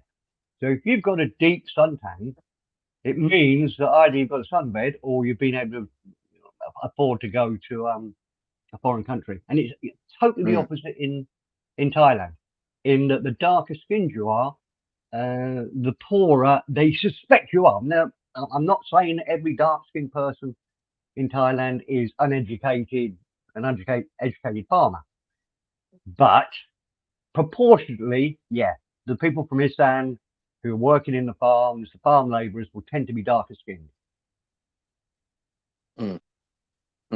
And that means, that relates to, so it translates in that nobody really wants, or a woman doesn't really want a black man as her baby's father. A partner. Yeah. The tendency will be that boy will be very dark, and will be ridiculed. It would be ridiculed at school for being.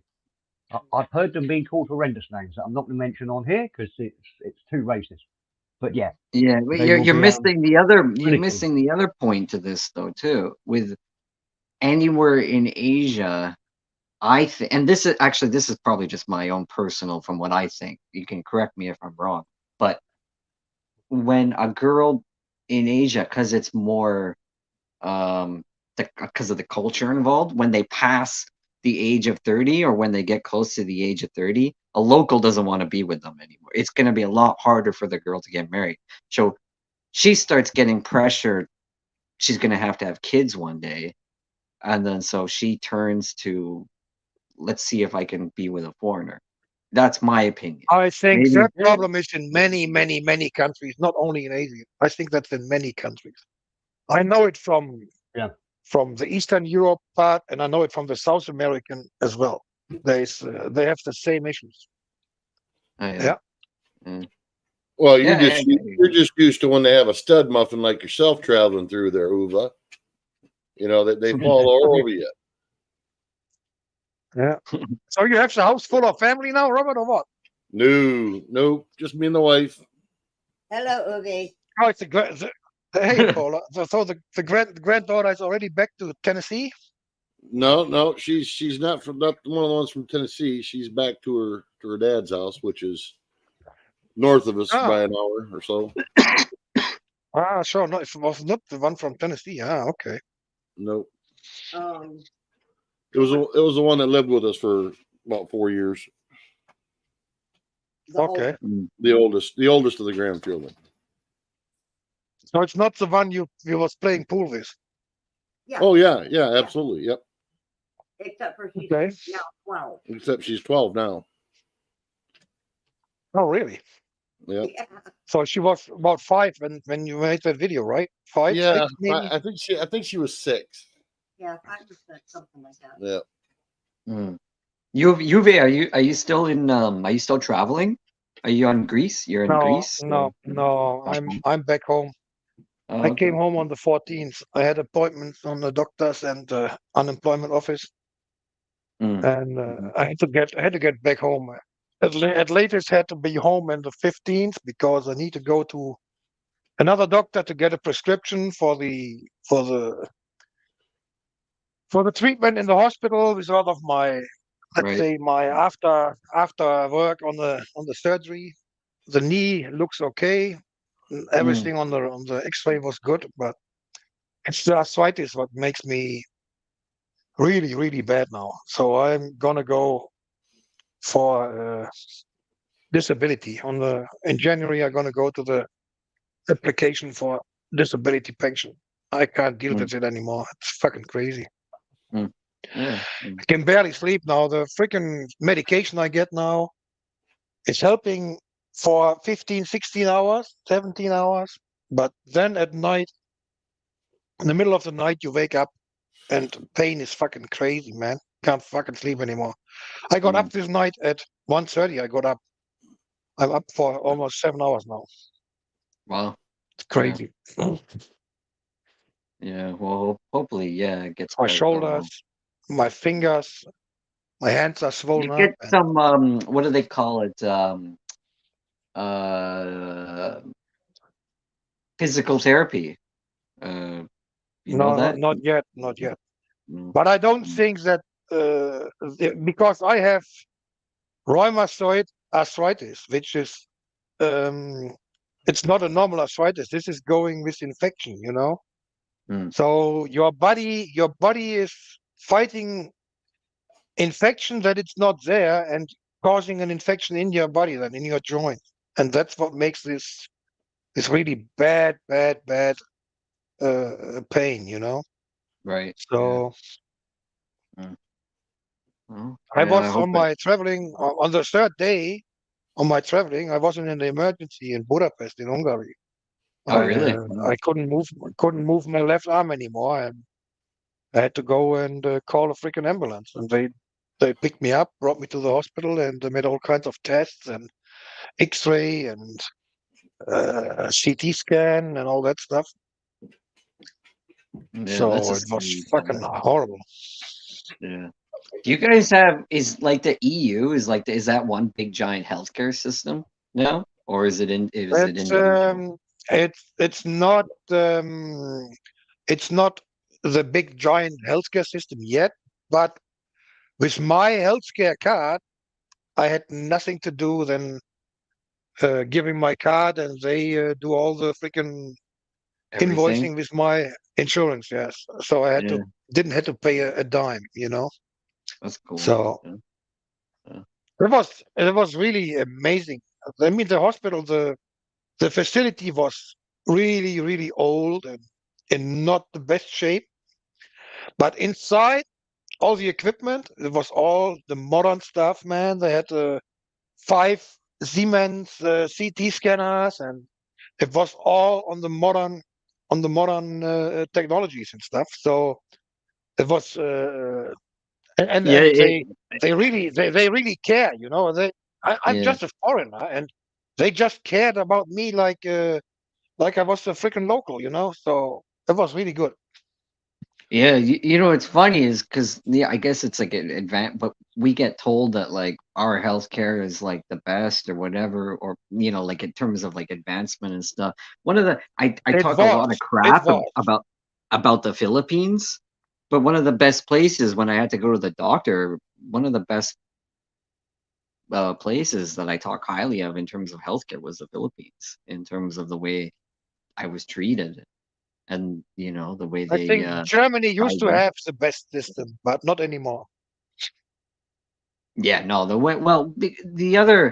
world is so advanced now that going to the doctor in, let's say, like, okay, for example, I remember I was looking this up. You get a colonoscopy in Thailand, for example. It's a pill. They make you swallow this pill, and the pill is a camera. And then the camera it goes through you and then out, and then they look at that afterwards.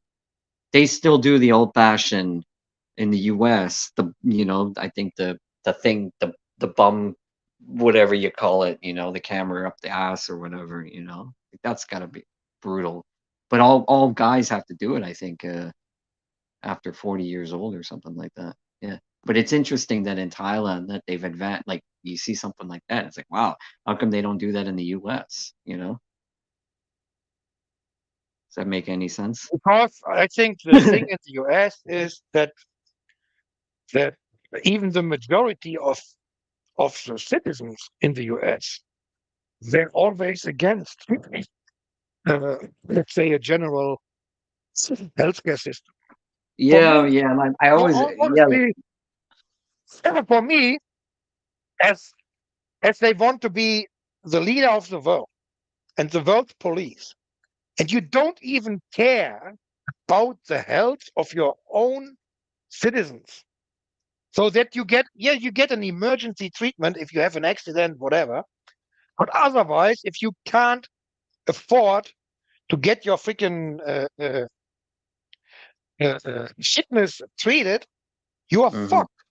You can go to a freaking shaman and pay him $100 or whatever, but you can't go to a hospital if you don't have money, or you don't have freaking money to pay your own private insurance. And honestly, that is just embarrassing for a country like the United States of America. It's embarrassing. And whoever, Robert, do you want it this doesn't one? matter. It doesn't matter if it's Democrats or Republicans, whatever. Whoever in the US, if your citizens say we don't need that because it's silly and whatever, it's bullshit. If you don't care Yeah. about your own citizens, that's fucking ridiculous, man. It's absolute insane. You know there's more. I've That never understand that. It's more of a myth that, like, in terms of the healthcare in the U.S., we don't care about the citizens. That's a bit of a myth, right? If a homeless guy, like, if let's say I have no insurance, right? I'm out on the street. I'm in New York.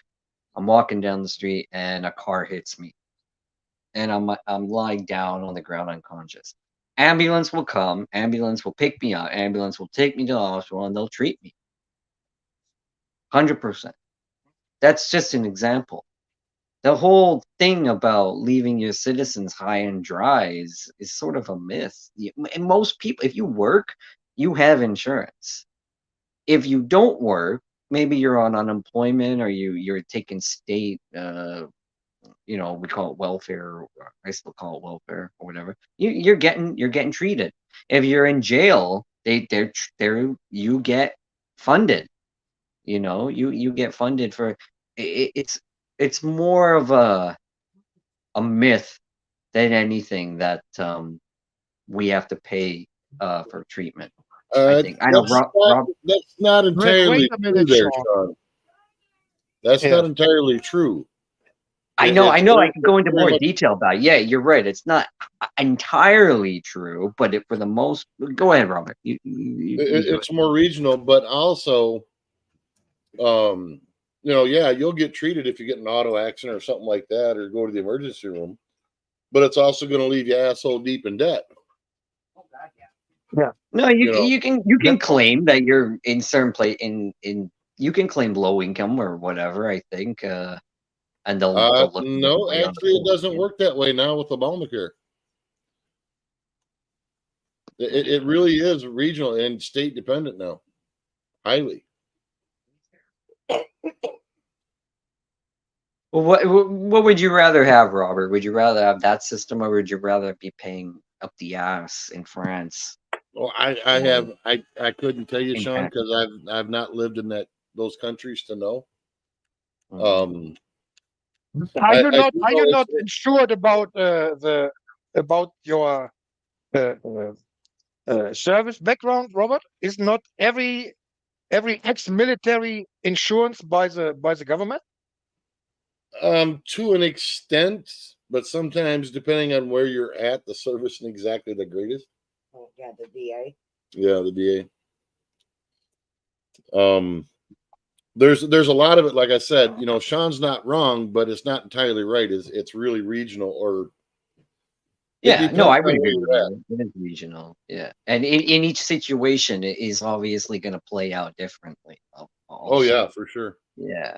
But It, The other thing you have over there is you have different classes for treatment. If you have money for paying your own stuff, or you have paying your higher insurance, you get better treatment. You get a better doctor, whatever. That's what I hear from many Americans. yeah, If but you that go, goes for anywhere. that's You absolutely. no, that's not. That's not everywhere. No, that's not. Yeah, no, you said when you were in Hungary that it was bad, but you were getting good treatment. That's probably because you were a foreigner and they knew that you were going to pay at the No, end. no. Sean, listen. I'm just general insurance in Germany. I pay every month my insurance still from my paycheck. Here it works different. Here you get your paycheck monthly, not every second week or every week, monthly, and they take off your tax, your unemployment money, your retirement pension money, your health care, and all kinds of stuff taken off. And that what you get is what you get cash. And at the end of the year or the next year, you make your income tax. So I pay the basic insurance. But I can go, if it's not a private clinic, I can go to every doctor, every professor, whatever in Germany for getting treatment if I get an appointment. It doesn't matter where it is. If it's not an entirely private clinic that's not paid by insurance, I can go to any doctor in Germany, and any doctor. That doesn't mean that you don't go to better treatments with money. If you have whatever millions or have a private insurance, you can get maybe access to the private clinics. What is not always saying that is a better treatment, but you have opportunities. But in general, you can go to every doctor where you want in the whole Germany. It doesn't matter if it's in Munich or in Hamburg or here in my area. Mm. Yeah, I mean, I don't know. I get tired. It's Christmas. There's caveats to no matter where you're at. Yes, correct. That was a good response. The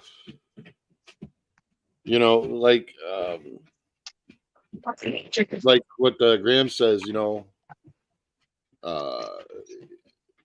a lot of times you're waiting in some of them countries. Like I know people in Canada that would be waiting months, which would normally that there's exception to that now that the whole COVID thing's over. The whole healthcare system is really effed up right at the moment. That's everywhere. That's the same here. Yeah. Because of staff shortages and stuff like that. But anybody that's on this panel knows as well as I do that was all on purpose. That was by design. Yeah. But the ironic stuff of that is, Robert, that here they are still pushing it, and our healthcare minister just claimed the week before Christmas, he claimed that long COVID patients will get all the support and all whatever, but if you come and tell I'm injured from the jab, you have to prove it, and if not, you are fucking left alone. Yep. It shows you.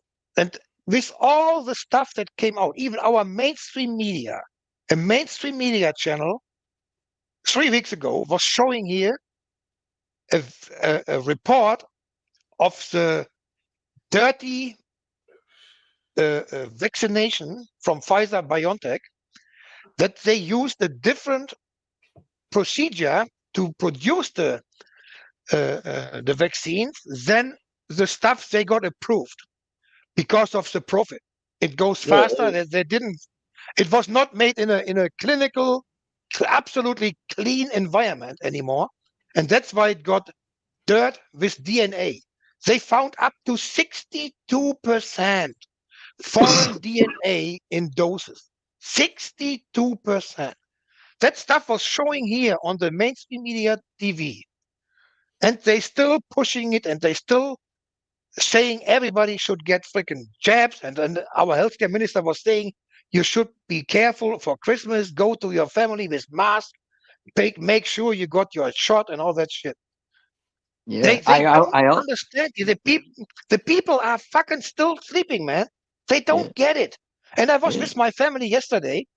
My nephew was in his room for 10 days because he got positive tested 10 days. They still test themselves. My other nephew just got he and his wife got a baby, and he got COVID, and he couldn't go to hospital and stuff like that. They still don't get it, and they got 2, 3, 4, 5 shots. I don't know how many they all got. They don't they don't get it.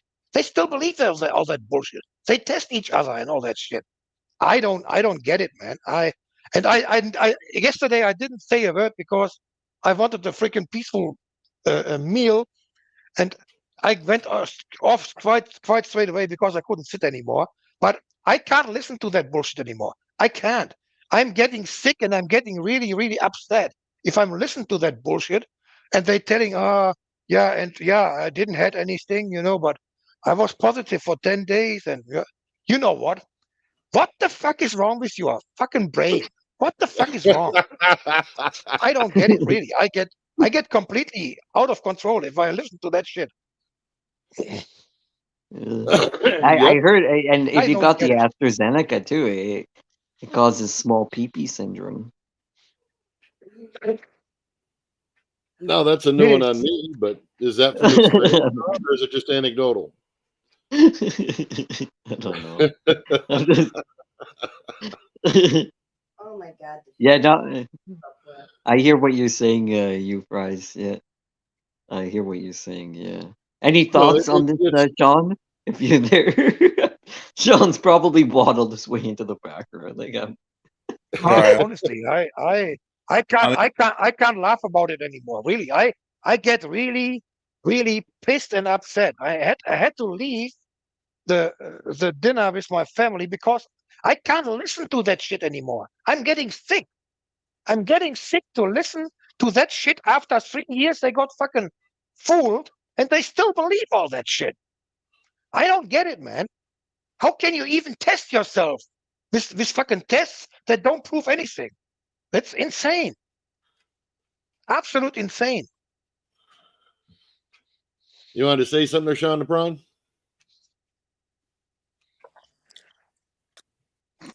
He probably fell asleep. It's fucking 7 a.m. in Ireland, so he probably fell asleep. I'm eating pizza. That was I would like to get some pizza right now. I feel like Yeah. the last time I went, I was in Japan. I went to Domino's, and the staff, I was having a hard time communicating with the staff, even though I could speak. I was amazed that Domino's international chain, and no one could speak a thing of English. So I was trying to communicate with them, and they gave. I waited, and I got my pizza. I paid like $20. It was like a small size or whatever. I forget what kind I ordered. Yeah. Whatever happened in the lost in translation type of thing. Anyways, I got my pizza. There was no tomato sauce on it. It was dry. It was dry, and I thought to I think because I tried to tell them no tomatoes. I don't want tomatoes on there. Yeah. And they took that as no tomato sauce, and I was explaining it to them. It was like, yeah, that was the way. And I sat there with this grudgingly look on my face by myself, eating this shit pizza. That's a You're disaster. seriously having pizza for breakfast now, Sean? Really? Holy shit, man. Oh, pizza for breakfast is the Yeah, I'm best. having- Cold. You ever had cold pizza for breakfast? That's the best. No, this is warm, crispy pizza. That's why I'm not really Holy talking. crap, man! Yeah. That's the best. You have not lived. You need to live, man. Pizza for I breakfast is eat one of the here. greatest things that a Western person can have. This is No, what you do no. in the I'm city. old school German, man. I like my bread on my freaking rolls, man. Jesus. You order a takeaway pizza, right? And then you get pissed, and then you cook it in the oven again, and then Yeah, yeah, pretty much. Yeah, yeah, definitely. I love. You know what? Actually, you know the best way to do it, in my opinion, air in fry the frying pan. Heat it up in the frying pan. It tastes it in the make it fry. like a bit. Mm. Yeah, it's good. It like keep like the crust up a bit, make it like a bit crispy. It's good. And that's Yeah, really good. the oven's really good. But I'm more of the thick crust kind of person. A lot of people don't like that. A lot of people like the thin crust. I'm more of No, a I thick. like thick crust, man. You Yeah, gotta have some. Those people get those thin crust things. Like, yeah, come on I now. know, right? Yeah, I never understood why people. Yeah, that's not. I mean, I sort of get the New York style a little Nah. bit, but If you I, go to if you go to Italy, it's all thin crust, except Mhm. for Exactly. except for Sicily. Except for Sicily. Oh, really? I didn't I know tell that. you, Yeah, man. I don't know Domino's because we don't have that shit here. Yeah. I had freaking Pizza Hut, and I had American style pizza and whatever. But I prefer the original Italian pizza, man, with a very really tiny sliced freaking bread, and outside it has to be crispy, and Yeah. everything on the topic has to be freaking soft, and it has to be made in a freaking stone oven and not in any fucking gas or whatever with freaking firewood. That is the pizza, man. No firewood. Huh? Okay. it Firewood, depends. yeah, You're right. firewood is the original shit. That's Yeah, the but original shit. yeah, from Napoleon, they call it Napoleon style pizza or something like that. That's what you're talking That about. is where it comes from. But Napoli was the invention of pizza in Napoli, and Right. the original pizza was only tomato and mozzarella, and that's it, and oregano. That was the original pizza. There was no topics like salami or pepper or whatever. That yeah, but didn't they did. exist. That was, There's nothing better though. That, and I'm sure Robert, he wants to chime in. I would think he would back me up on this, but there's nothing better than a nice thick crust, just good pepperoni pizza for like 15 bucks or something like that at your favorite place. That's where it's at, in my opinion. In my I have to opinion. agree with Sean. I'm with Sean on this one. And then if you get stuffed crust, it's even better. And extra cheese. Yeah. The stuffed crust is it's just the way maybe it's I don't know, maybe it's an American thing. And I then some agree what you're saying though, you fries. Don't get me wrong, but the thick crust and the I guess you Americans are used to different style of food. That's the well, no, thing, you know. I think pizza was actually invented in New York, not in Italy, if I'm not No, it mistaken. was in Italy. It was in Italy. I don't know. I It think it was was. invented in Italy. I have to agree with Uwe though. A nice stone oven fired pizza is excellent. The Yeah, flavor no, of absolutely. the flavor of the firewood goes Yep. through the pizza. That is absolutely Yes. delicious, man. If you come into that pizza shop and you smell the firewood, that's absolutely gorgeous, man. Absolutely incredible. Well, it's like real southern smoked barbecue, you know. When you walk Yeah, Exactly, in you one know, of those, like you oh, as Yeah. a smoker, you know what I'm talking about. You know, oh yeah. you smoke and you do all that your stuff with your fish and your meat. You know what I'm talking about. This flavor, you can't beat that Yeah. shit, man. It's unbeatable. Wood fired is the best. Yeah. Yeah, it's absolutely insane, man. It's gorgeous. Yeah, with buffalo mozzarella. Oh, that's some good shit. You guys don't know what I'm talking about. Yeah, What was buffalo it? mozzarella, man. Did, That is another thing. That is did the you original buffalo? cheese that gets on pizza. You know, all this other stuff we used to. It's not really made for pizza back in the days. It was buffalo mozzarella. That was Yeah, the only was, cheese, yeah. and I love it too. I love Mozzarella. it. It's gorgeous. Yeah. Hey, Chuck, that's a long time, man. Holy smokes! Chuck, did you arrive? What's the deal? No, now I'm in Thailand right now. I'm in Bangkok. Yeah, how was the flight? No, the flight was good. I had to go to Don Muang to change the airports. I'm going to Isan, so I'm waiting for my You flight to Isan. you sound jet lagged as a motherfucker right now. Dude, I've had 4 hours sleep in like 36 hours. I'm really tired. Yeah. Well, good to hear. Merry Christmas. Good to Yeah, hear if you cross the fucking half planet, man, no wonder. Jesus. I mean, No, I that's mean a long trip.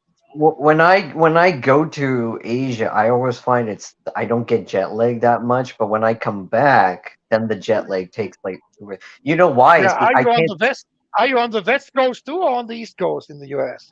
West Coast. Yeah, Are you on but the West Coast too, right? you know why that is because I can't sleep on a plane. So and when the when the I could never sleep on a plane. No yeah way. I so, could never sleep on a plane. so when the No, planes take I can sleep when like the a baby on a plane, but this flight I just didn't. For some reason, I just didn't. I only got 4 hours out of 14, so I'm a little tired. yeah. You're lucky you can sleep like when you say you can sleep like a baby on a plane. Yeah, you just a couple shots of Jack Daniels and a couple beers and an I've Ativan. tried You're everything. done. No, I've tried everything. Trust me. The best I can do is like 5 to 10 minutes of like shut eye at best, if I'm lucky. Yeah. It's funny too because I have I'll take like an eye mask with me. I'll put like my hoodie on, my hood over my head and shit like that. I got the noise canceling headphones, and But I would literally just sit there. but I was but, but for Sean, do you drink a couple beers? Like maybe too many beers, maybe pass out. I mean that works. I've tried everything. I've tried getting absolutely tanked. That doesn't work. The most I can drink on a plane is maybe like two drinks because That doesn't work. You got to have like 5, 6, 7 drinks, I know and maybe I've tried that and I got sick. maybe Ativan or some whatever, No, something else to help you sleep. yeah, people have said like go ask the doctor for like a Xanax or something like that. Yeah, it works. It works really well. You got to try it. Yeah, I don't know. I don't. It's fine. But anyways, I don't sleep, so when I arrive, it's nighttime. When I arrive, and I'm so exhausted, so I pass out right away, so I don't get jet lag. But when you leave from Asia and you go back home, you leave at nighttime, and then you arrive in the morning. So then there's that, and if I don't sleep on the Oh, plane, I do then the you jet opposite. lag. I leave in the morning and arrive in the afternoon in daytime in USA, and I have the opposite. I have no jet lag when I come home. Zero. Yeah. Uh, It's yeah. only when I come here that I get the jet lag. Yeah. The guys that fly back and say, I just got back home, I'm going to go to work tomorrow. I always look at that as like, holy shit, like how the hell can you do that? I need like 2 days. You know I what? need it. I know. I don't even like that traveling in Europe, man. Coming home and going working the next day. No fucking way. No, I don't like that shit at all. I need at least a day to get freaking settled when I get home. You make laundry and all that shit. Yeah, there are times though. There are times where you have to do it. I had to do that one time and it worked. But every time, like you said, I need at least a 1 day buffer to get back into I the. mean, you're traveling a lot, so you maybe get forced to that you can't stay home a day longer, because you're on the road a lot. So, but you know, no. I don't like that at all because it's more stress than freaking working normally. No, Coming yeah, you're right. from holiday. You're right. That's When I'm going back, I'm taking 2 days off before I have to report back to work. I'm using the sick days. That's all. It's fine. I have enough sick days. I can afford it. yeah. So you can collect your You ever sick been days for the whole year or what?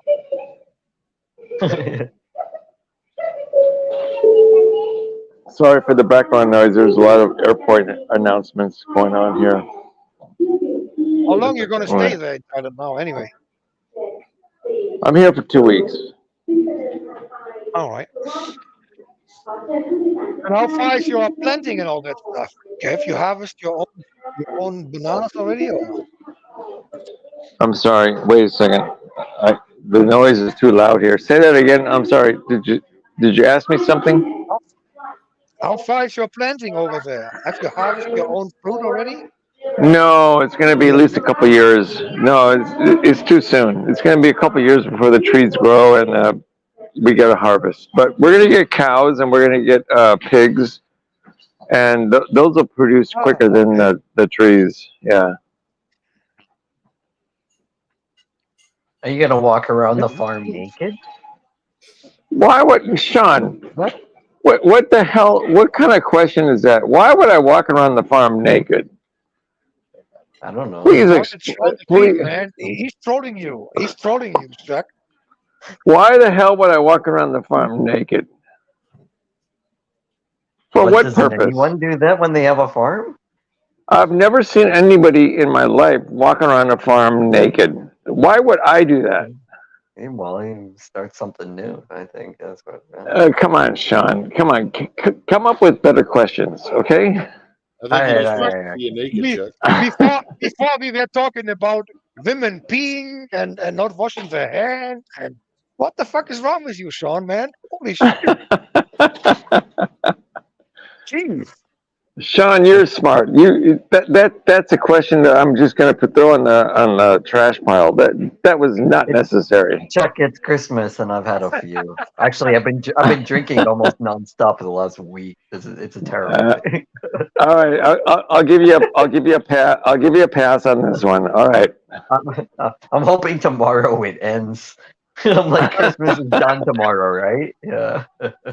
Jeez, man. What the hell? Then I've got New Year's to deal with. It's like, oh fuck it, you know. Yeah. Sean, where are you now?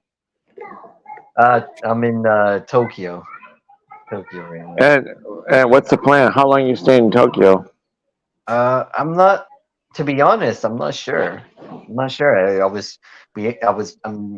I'm chasing the reason why my plan originally was to go back to BKK for a bit, but I decided to stay here because I ended up chasing a girl. So yeah. Okay, so do you have a timeline where you have to go back to the U.S. for a job or something, or is it wide open? No, I'm good until the new year. I'm good until the new year. Then I'll go. My work will kick up again, and same me. I'm here for 2 weeks. I only have 2 weeks at this time. Seems like you have a little bit more time, which is good. Good for you. a little bit. I go into more deep. Yeah, You're chasing a Japanese girl, are you, Sean? Possibly. I did. This was Sean the Prawns question earlier. So, Sean, you chase a Japanese. Is she giving you any indication that I may have jumped the gun. He wants a Japanese lady friend. Is she responding in any way where there's a hopeful for this or what? No. Yeah, no. I've met her. I've met her. I've slept with her. I've gone out with her. Wash their hands. She didn't wash her hands, and now he's really concerned, man. You know. She didn't, and the other thing that I don't like too. They don't when the girl doesn't leave the toilet seat down afterwards. That also kind of bothered me a little bit too. I don't know why. Everything was perfect. The lid, they gotta leave. A proper lady will leave the lid down. Yeah, but they don't leave the lid down. Have you ever seen these public toilets in Japan? with all freaking glass, and it's only turning invisible when you close the door. Have you seen them? Some of them do, some of them don't. Yeah, the new ones do. Yeah, yeah, the new ones. The Japanese are really freaking crazy, man. Well, yeah, well, it's What because the of the hell? elderly. It's because of the elderly population. That's what they're preparing themselves for. The old people that won't be able to take care of themselves. So as soon as they open up the door, the light turns on, the toilet seat pops open, they sit down, and then they get up, and they don't even you don't even need to hit the button anymore. They just get up, and then the toilet does its own Hey, thing. Sean, Yeah. I have a question. No, I've never met a lady that leaves the toilet seat up. They always complain that the man doesn't put the toilet seat down. Good, and that's fine. And Yeah, but you're spot on. Yeah, so that's when a girl leaves it up. I don't like that. I why find is that. it? Why is she leaving it up if she needs it down? No, I'm talking. Well, no, listen. I'm talking about the lid. You might be confused. I'm talking about the lid. A Oh, the proper lid. girl. Yeah, Oh, the yeah, yeah. lid. A lot of people Not get the. because I already got trolled about this comment last night. So yeah, no, Okay, it's the lid, that's not what the I'm talking seat. about. Yeah, I like when the girl puts the lid down. It's very Oh, feminine. yeah, it's sexy. Yeah.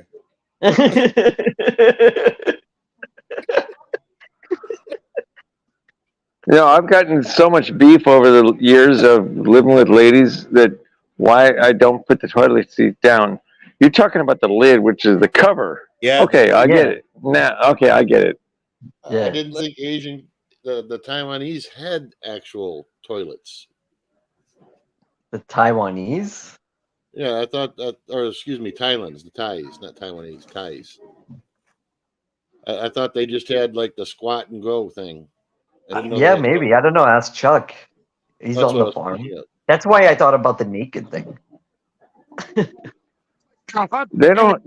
You got a They don't squat have and too many lids here in Asia, but you it's got a all squat and go. Yeah, Yeah, squat, that's what I thought. there's no lids. squat and hose. Yeah. What happens though when Like I like to wipe my ass on my own, man. I don't need the fucking shower. So what the hell? Some people yeah, are big asses, like. well, Shit, to man. each their own. Yeah. Have you renovated Chuck? Have you renovated the bathroom for your lady? Yes, I did. that, I that seems went to from be a common. the squat, the squatty thing that's on level of the ground to a proper Yep. toilet. Yes, I did. Yeah. Well done. It was only 3,000 baht, which is $100. Wow. Wow, like if Ron got ripped off, definitely. Ron Now got ripped off are you big talking? time. Chuck, are you saying that they have these toilets like they had in Italy and France, where it's just a freaking hole in the floor? No, Uwe, I can't talk about Europe because I really don't know about Europe. But in Isan, the squatty, the where you have to where the toilet's level with the ground, that's common here. It's very common. Yeah, A toilet's a that was here luxury. in that was here. Well, let's say very common in Italy, France, Spain, Greece, but Uh, back in the days, now you rarely see that. To be honest, I no fucking um, way, man. I would have freaking dumped in a freaking toilet like that. You gotta be kidding no, me. but Uwe, you know what? When you're in Rome and they do like that, you do like the Romans, as they say. Yep. When you're in Isan, what choice do you have? What are you gonna do? You gotta do what you. what can I say? you gotta do it. You gotta do it the way they do it. What choice do you have? Well, you Okay, could so be I like upgraded. Ron. Yeah, you could be like Ron and pay $8,000 for Dude, toilet. for me it was $120. Bought a toilet, paid some guy like 400 baht. He put it in, installed, done. It was easy. Did you deliver pizzas for 18 months before you? Fuck. But you know what? The people here, they that's normal for them. That it's normal. For you and I, it's not normal. So we don't know how to do it. But for them, it's normal. But they know that if they have a proper toilet, they enjoy it. They just can't afford it. That's all. Yeah. I had a hard time at first. I must say, I had a hard time at first. How do you do this? How do you sit down and clean yourself? How do you do it? Okay, I figured it out. You can't Okay, sit down. it That's works. the point, man. You can't sit down. I As more figured it out. people travel, What? they tell you. Like I was with this Vietnamese chick one time, and I was in the hotel, and she was. I think she was wiping her ass and putting the toilet paper in the waste bin in the garbage next to the toilet Oh, because they not tell you. cool. Yeah, I know, but because they tell you it'll clog this. So she didn't think about it's okay to flush the toilet, like the toilet paper down the drain. So I would go into the bathroom and I would see this big pile of toilet paper, and then right away I would look away and I would go, just don't bother looking. Just don't bother looking, because Yeah, they do that here. They put the toilet paper in the trash. They still do that here, Yeah. even if they You have know a what? toilet. They in most places in Greece on the they have freaking signs on the toilets as well that you don't That's right. flush your toilet paper as well. Put it in the trash. In a bag. Yeah. Yeah. Yeah. Yeah. yeah, and take it to the curb for recycling. I gotta go. I gotta go to my flight soon. Robert, I want to say hello to Robert because I haven't talked to him for. Are you there, Robert? Yeah, I'm here. I'm here. Yeah, long time no talk. I got to catch my flight in about 5 minutes, so I just want to say, All right, hey, brother. Well, you long have a time no safe, talk. safe trip. Good luck, and let me know how the farm's going. Yeah, I've always enjoyed talking to you, but it's been so long. It's been months since we've been able to chat. Now I'm in. Well, I've been kind of laying low. I've garnered the interest of the shall we say the political class here. They didn't like some of the things I had to say. Well, yeah, I think you and I are in the same boat because I'm getting kickback from things that I say. Oh So no, they want to put me in jail. I'm No, not sure. kidding. I'm not Really. kidding. Yeah, I'm not kidding. I've already had a knock on the door by one of the 3-letter agencies. So, yeah. Wow. Well, stick to it. We're in this together. We're gonna win, despite what they throw at us. We're gonna beat them. We will in the end. It's gonna be a Yeah, fight. it's going to get crazy though. It will. Trust Yeah. me, 2024 will be the worst year of our lives. Believe me. All of Yeah, us, it's going to No, get we are all in between the same age. Maybe Steve is a little older, but we are all on the same, almost the same age. And I guarantee you, the next year will be the worst in our lifetime. Believe me. Robert, the fact that the 3-letter agency is knocking on your door is indication that you're doing everything right, and we will win. We will. Well, I think we will too, but it's not going to be without its consequences. That's for sure. No, you're correct, but that's what we have to go through. We will. It's getting more aggressive Yeah. here. The farmers protest they started here. Are they in walking around Berlin. naked? I hear yeah, they did, yeah, but only in Berlin. Then I heard from some mainstream media they were talking about a couple hundred tractors and stuff. In fact, I think the real numbers was 3,000.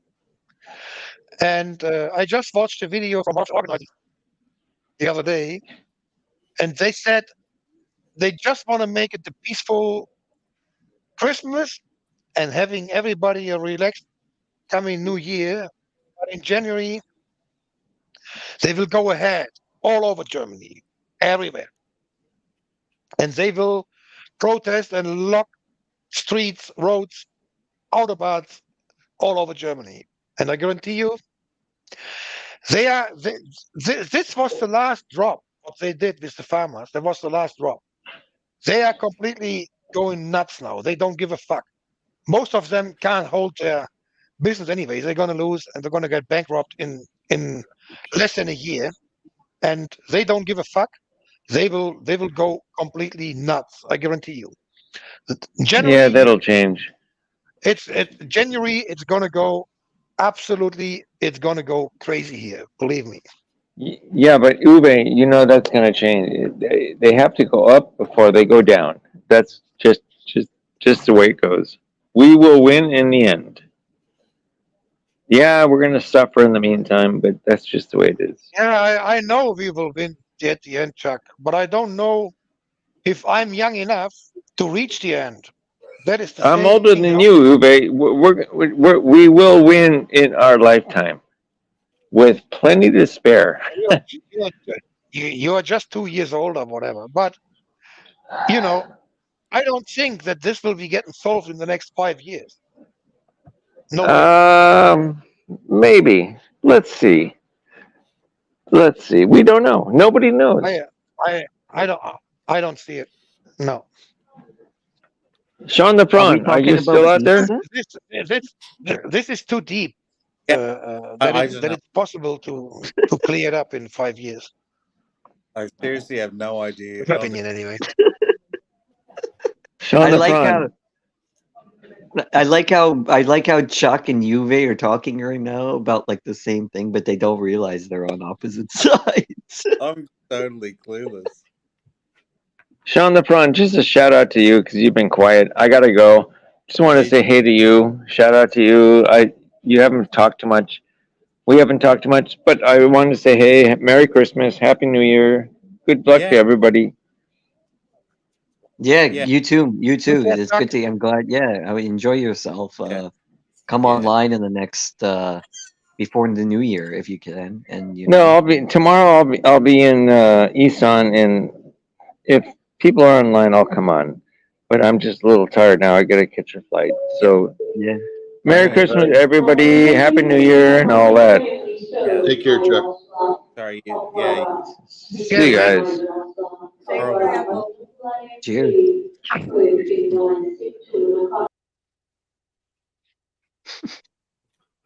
I didn't know. I didn't know what you're talking about. But like, Chuck must be like off this planet, jet lag wise. You know, like Yeah. Must be that farmland talk, or I don't know that jet lag, toilet. horrible. Uh, Like, it's the worst Terrible. thing. Yeah. It's a crazy thing. Yeah. I only went overseas once and had a jet lag. But I can say the jet lag entering the West Coast US was not that bad as the jet lag I got when I got home. Fuck me, that was really, Yeah. really bad. Coming home is always in my opinion is always more difficult. Plus there's this thing, it's called post trip or vacation depression or something like that. And so when you get back, you're like it's this different environment, but it's the environment that you get this flashback from the past, and you're like, oh God, because like in the West, people are more casual. So like when you come back, there's that get the fuck away from me, when someone as soon as something like that happens, you're like, oh God, why am I back here? I think it was we were landing in San Francisco. I think about 2 p.m. or something, and until we reached the hotel, it was probably 4:30. So it was not a bad. It was yeah. I was waking up early in the morning then at whatever 5 or but then I got up, got a freaking walk around the freaking hotel. But that was not a big deal. I was not really feeling tired the next couple of days or whatever. But coming home for some reason, oh my God, man, it was 2 or 3 days. It was freaking getting me. Mhm. Yeah. I think So, but if you fly with the time and not against the time, it's worse. yeah, You know what I mean? So yeah. in fact, it was 12 hours flight, but it was only 3 hours later when we arrived, you know. But back, it's a 12 hours flight back too. But then it comes the 8 or 9 hours on top, you know. So it's basically then Are you whatever. part of the Thailand? Are you in the Thailand genre? Actually, if you don't mind me asking, I forgot. I don't know where you. Who, me? How you oh, okay. Yeah. Okay. No, I'm not. No. You're were you TTC? You're not TTC, that's for sure. No. You're at, yeah. No, Where I'm not in the Thailand and not in the TTC. That's the thing Aztecs when crowd? it goes on, and it goes on here or on Johnny's, I always gonna leave. I Oh, I don't really? listen to that stuff. They arguing about the same shit for fucking 6, 7, 8 Yeah. years. And TTC I'm not Marsh. even willing to listen. TTC is Marsh, isn't he?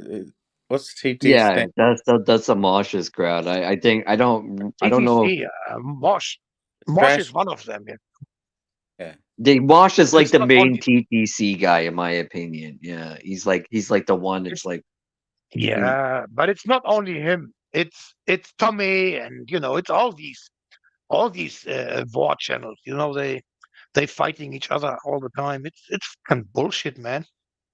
so. Then Freaking where fight. were you? Are you from? What were you? Jeff Lepard's side or like Aztecs No, crowd? Or? I came from Jeff Lepard, Marsh, Global, and then yeah, you know, Global fell Oh, apart. And you just randomly found your way into everything. I guess I just like to talk to people about people. serious stuff. I like to have fun, but I Oh, don't like to Oh, okay, freaking that's argue or cool. fight. Yeah, So yeah. I don't like any fighting or bullshit on, because that's people you never fucking see in your life, and you don't even know what is no, true and what not. So I will not freaking argue or fight with somebody online for no but reason. Makes no sense to me. Mm, yeah. but Hey, I'm Sean, trying. Yeah. I where's home base Marsh for you? broke, Where are you from? Marsh broke up You from want me to be he, specific, or because I've told you before, but do you want me to be how specific do you want me to be? Because I don't want to. I'm not going to give away like my county or my city if that's okay. No. But I mean, In general. in general, Pacific Northwest. What country? you said What Pacific coun- Northwest. Okay. Yeah, I just wondered where home base was for you. Yeah, that's my home base. Pacific Northwest. Trumpland. No. I'll give you a hint. Mount Baker. I'll give you a Okay. hint. Yeah, if you know anything about that. Yeah. That's I think yeah. that's Oregon, isn't it? No.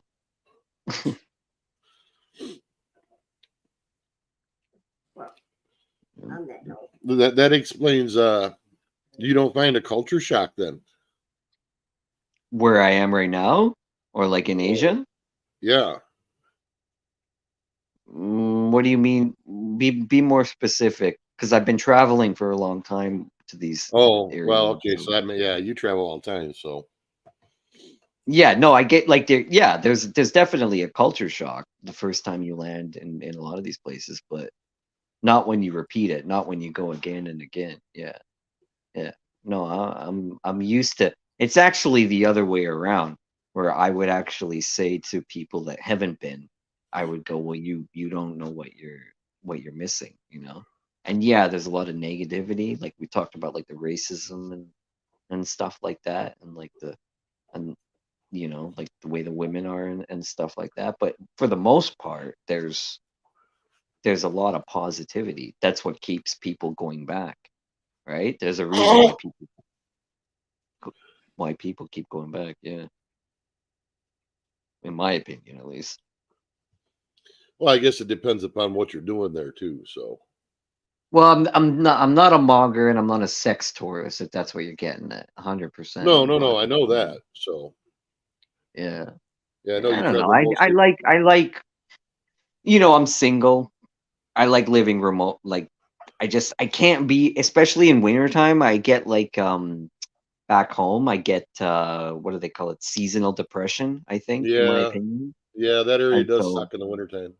yeah, and so I'm like, I gotta get the fuck out of here, And then since COVID and stuff, and all my family, everyone got married, all my cousins and stuff, they all got kids, and so Christmas time has turned into everyone talking about their kids and doing this and doing that with their kids, and I'm like, I just, I'm just sitting there. I'm like, where's the bottle of wine?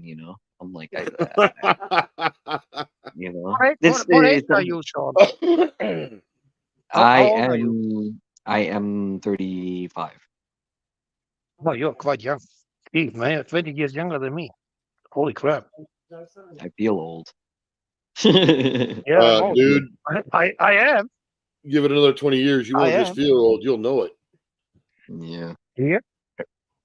It starts when you turn 40, man, and you are, let's say, Robert and I are big guys, and we are, let's say, health-wise, we are a little bit um Below par. disadvantaged. Let's say it that way. So we have less life to live, mostly in if you be a big guy and whatever. But I guarantee you, man, if you have been dealing with like small stuff in your life and you're turning the age of 40, you're gonna feel what's going on. If you are not really like a complete crazy So healthy. basically, you're saying the shit that I'm dealing with right now psychologically is gonna be even worse when I hit 40.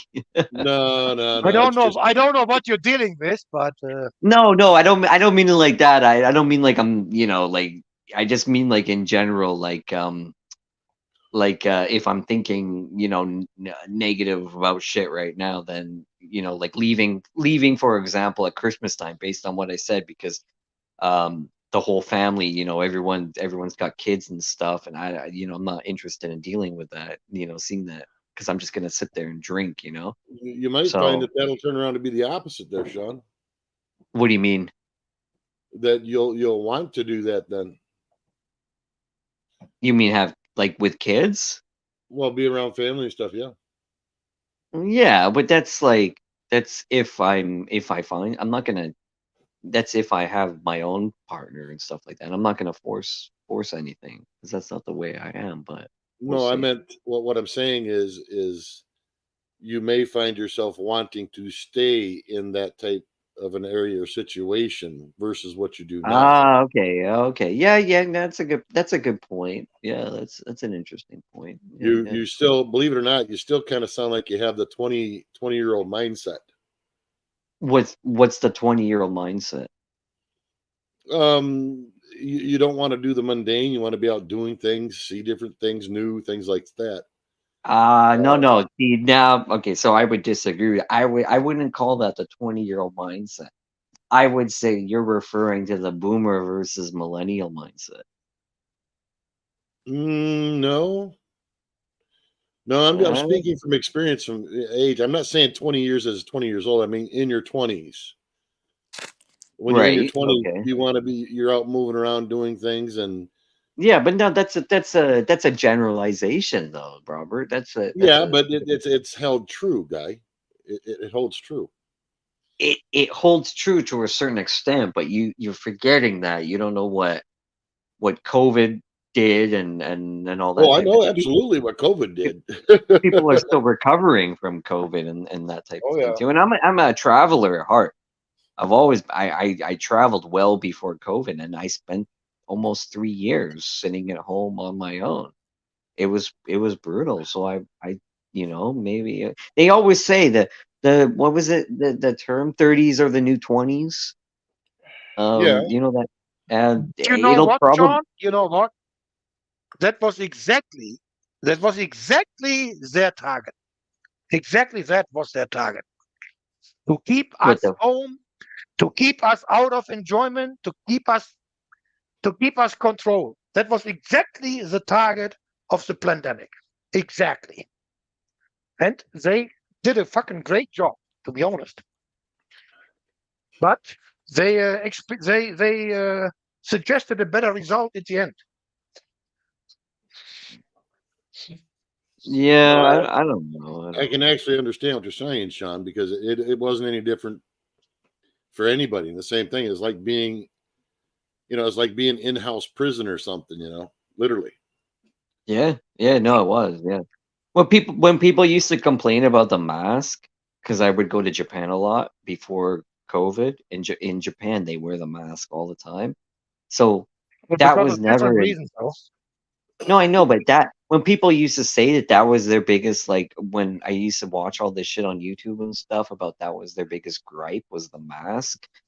That always kind of bothered me. The mask was the least of my problems. I did not give two fucks about the mask because there was so much more at hand, with just Oh yeah, mental for sure. stability and all But that stupid shit. if you go into it, how fucking unhealthy it is to wear a fucking mask I for know, hours. yeah, but my point is that there was so much more than just the mask. Like I'm telling you, like you can't leave someone who's young and at home by themselves for that long. Yeah. No, you go stir You crazy. can't- Yeah, You yeah. can't you can't let kids leave at home, don't see other kids. That is exactly what children in when they're growing need. They need different bacteria and everything to grow their immune system. And they destroyed the immune system of the kids in these 3 years with keeping them out of school and keeping them out of playgrounds and whatever. We had police here. They chased children from going with the bobsled down the hill on a cold winter day, or kicked them off the playground because they were playing outside.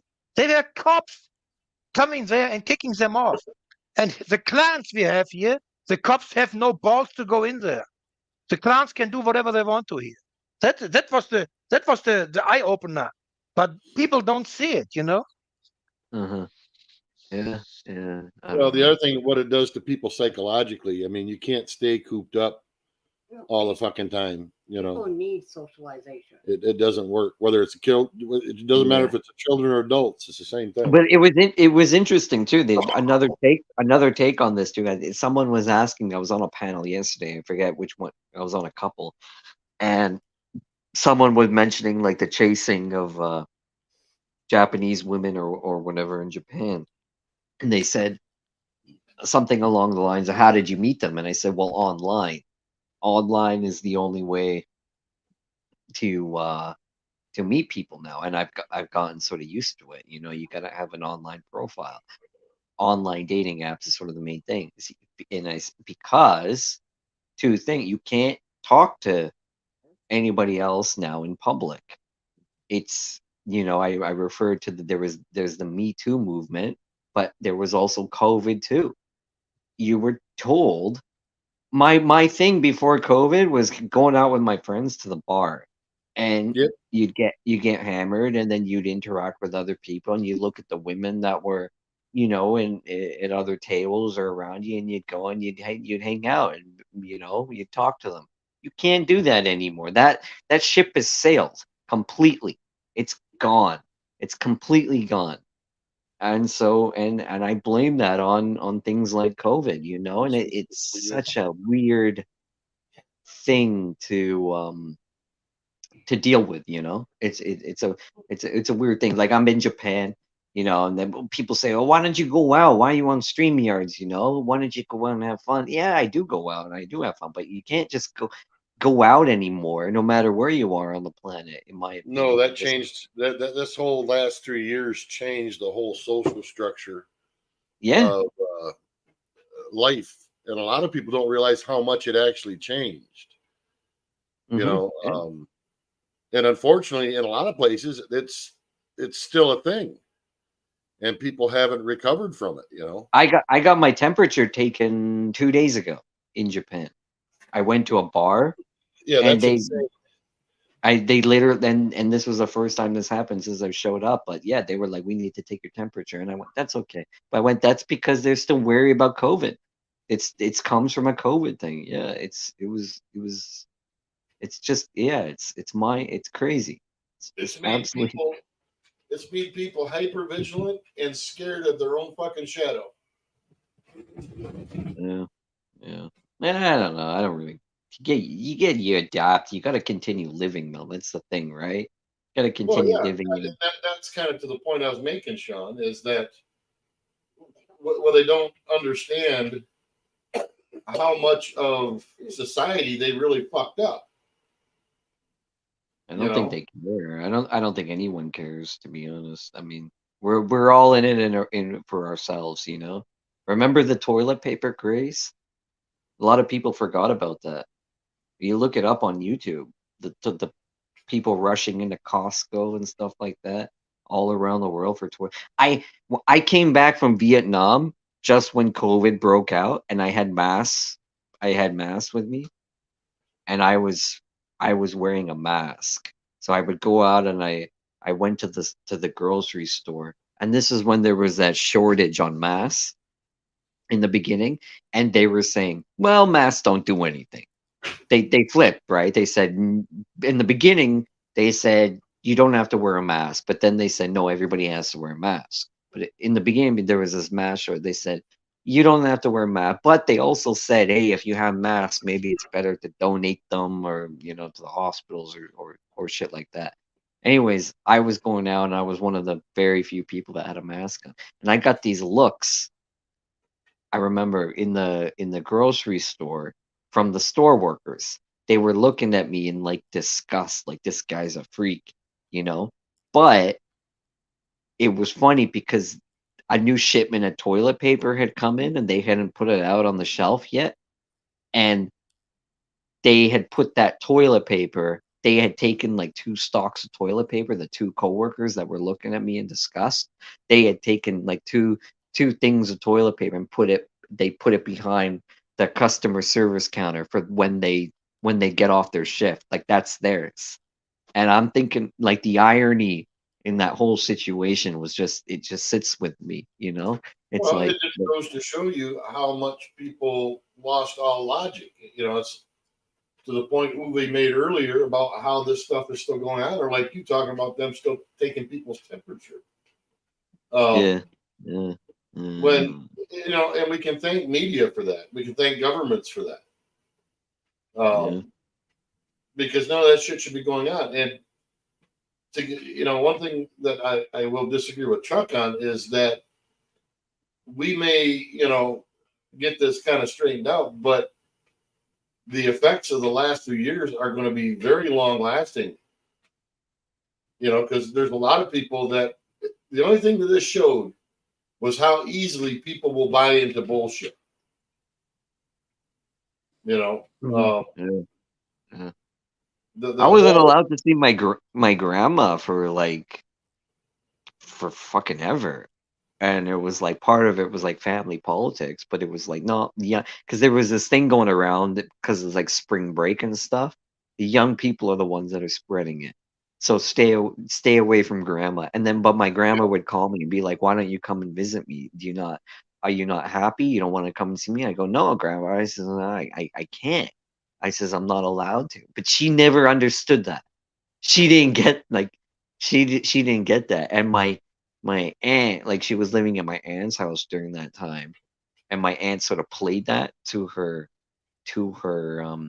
advantage, which she would say, "Yeah, Sean doesn't really care, probably. My kids are the better kids. They care about you, Nana," or shit like that. oh Like no, that was another thing. It's like, ugh, you know. Yeah. well, But it's now that's what I mean. That's what I mean, man.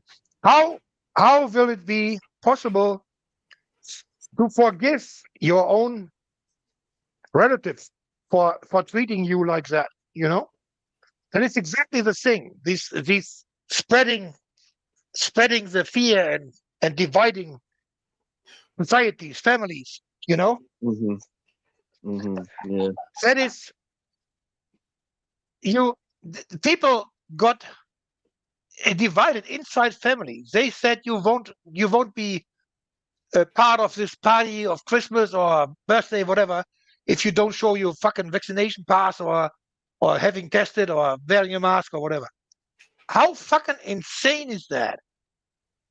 How insane is that, man?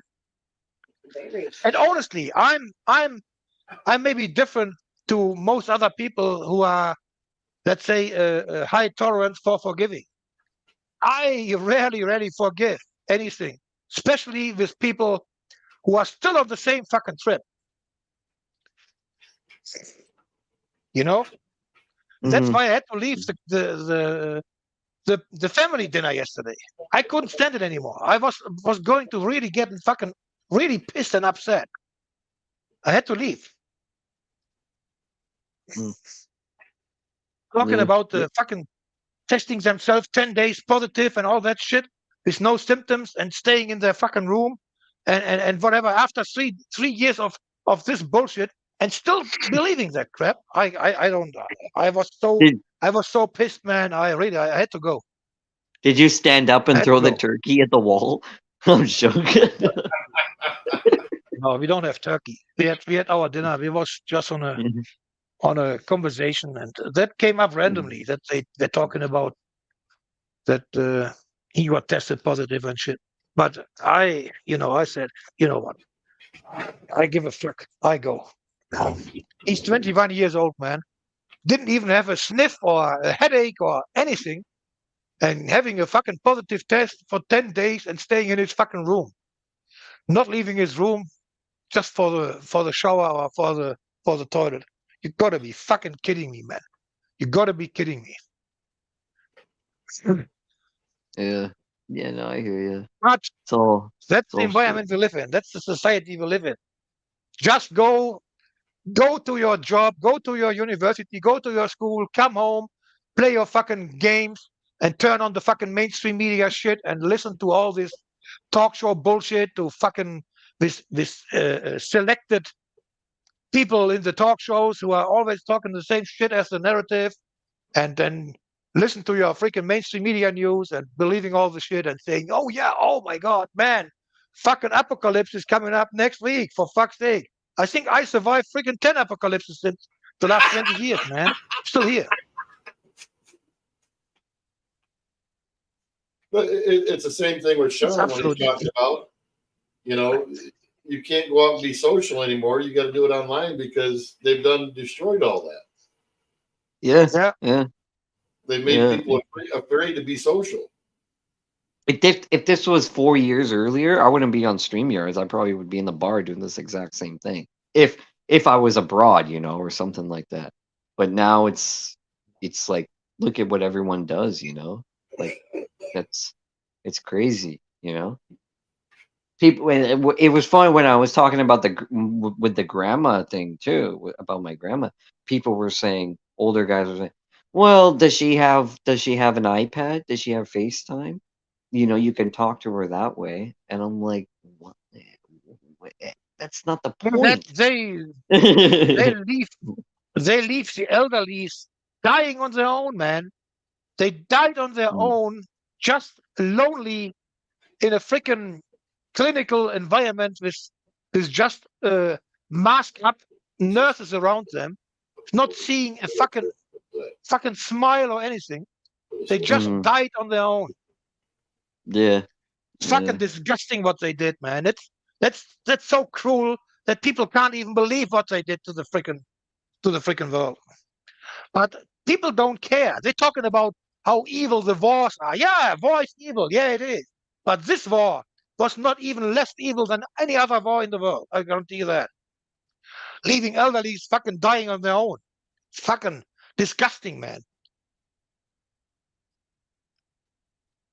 Yep. It's so yeah, disgusting. yeah. It's a difficult situation, but life goes on. Life goes on. That's what pull your pants. We gotta keep calm, carry on. That was the British thing during World War II. Keep calm and carry on. Yeah. We are in a World War III already. People don't realize it, but we are. The World War III is going on already. You know that they closed the Suez Canal again because of the pirates attacked German and international ships. You know that? It's not the You know what Suez it means? Canal they closed. It's It's the Red. Suez Canal. It's the Suez Canal they closed. Yes, it's the Suez It's not. Canal. It's. I understand what you're saying, but they didn't close the Suez Canal. Trust me. It's the Red. It's the Red Sea. It's not. What is it? The Red Sea. But it's the Robert. same way because you can't reach the Suez Canal if you don't go to the Red Sea. That's it. You Yes, know. you can. And ships are not willing to go that route anymore. Five different companies already said we don't go there anymore. Hapag-Lloyd, Maersk, and others. They said we don't go there anymore. We all know what that means. There will be shortage again. The same shit as the fucking fake shit 3 years ago when the freaking ship locked the canal. There will be the same issue. We getting freaking shortage on everything again. All on purpose.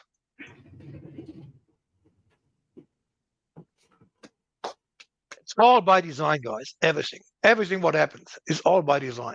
Even the pirate attacks in the Red Sea. Well, at least we know I Mr. guarantee Parent.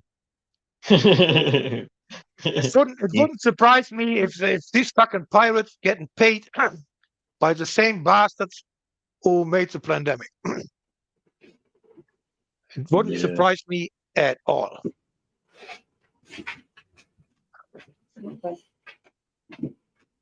We all know that they found weapons in Gaza. That weapons got delivered to Ukraine. You know that? I don't know. American Probably. weapons. They found them in Gaza. Interesting, isn't it? It's interesting, and we can talk about it all night, but I think it's just like I was saying before, in my opinion, a few hours back. It's just a dog-eat-dog world. Human beings are cutthroat.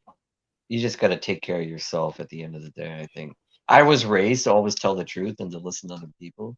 But like as I grew up, I realized, no, it's probably not the best case scenario. And I learned that by being friends with kids in school and having friends in schools that had shitty parents, like, and I don't mean that in a bad, I'm not trying to be rude, but their parents were shittier than my parents, and like they were like maybe like they had divorces or crack issues, or maybe their employment wasn't as strong, and so those guys were more independent.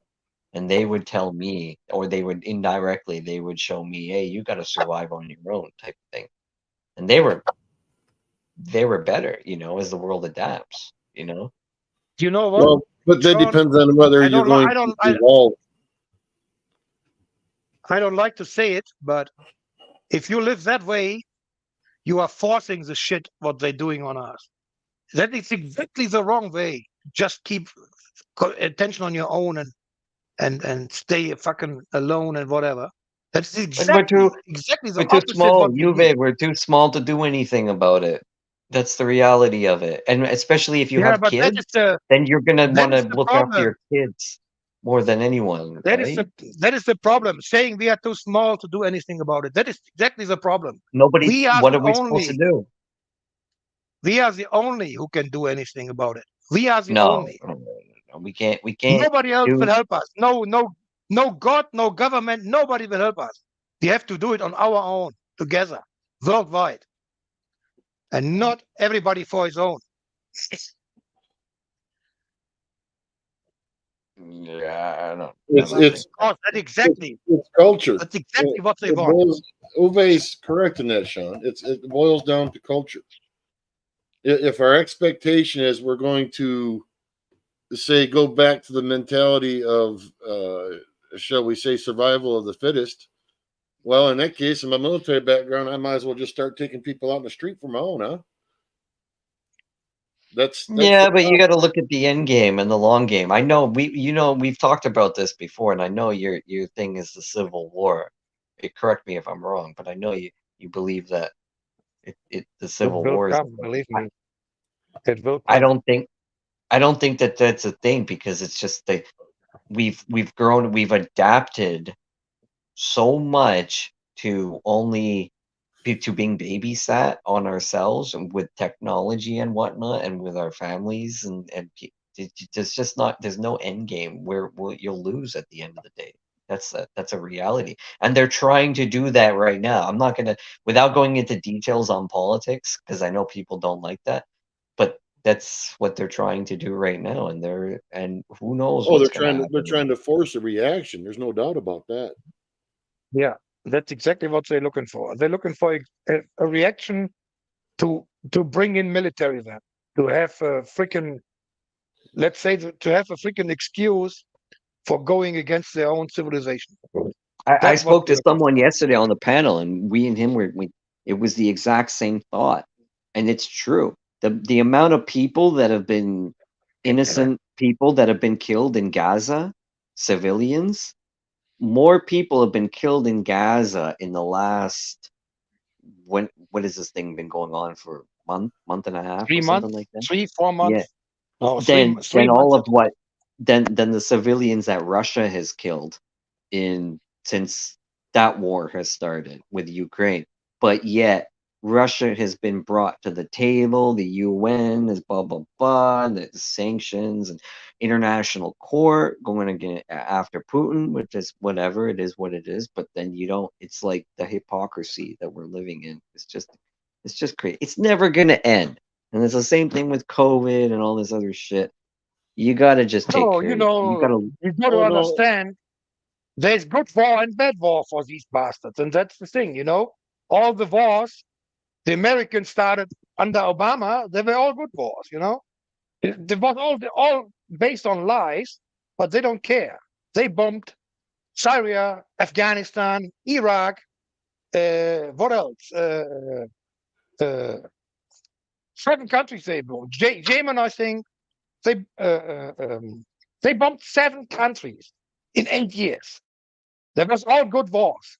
Libya, it's all good wars. It was all for democracy. It was all for freedom and whatever. Yeah. Look at these poor countries now. Look at Libya 10, 15 years ago, and look at Libya today. Look at Iraq 10, 15 years ago, and look at Iraq today. The same as Syria. Look at these countries, how they live now, instead of what they lived 10, 15 years ago. It's absolutely insane that there's any good war. There's no fucking good war on the fucking planet.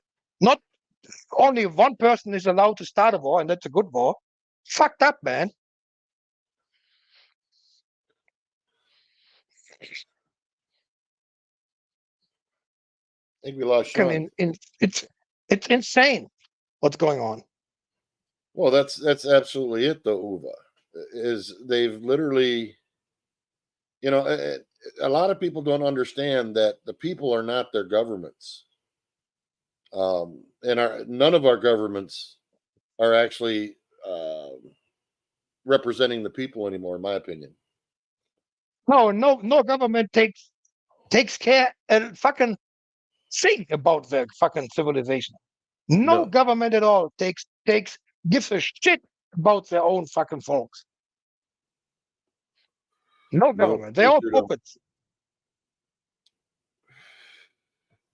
Well, they're all Not paid the off whores, fucking basically. criminal bastards.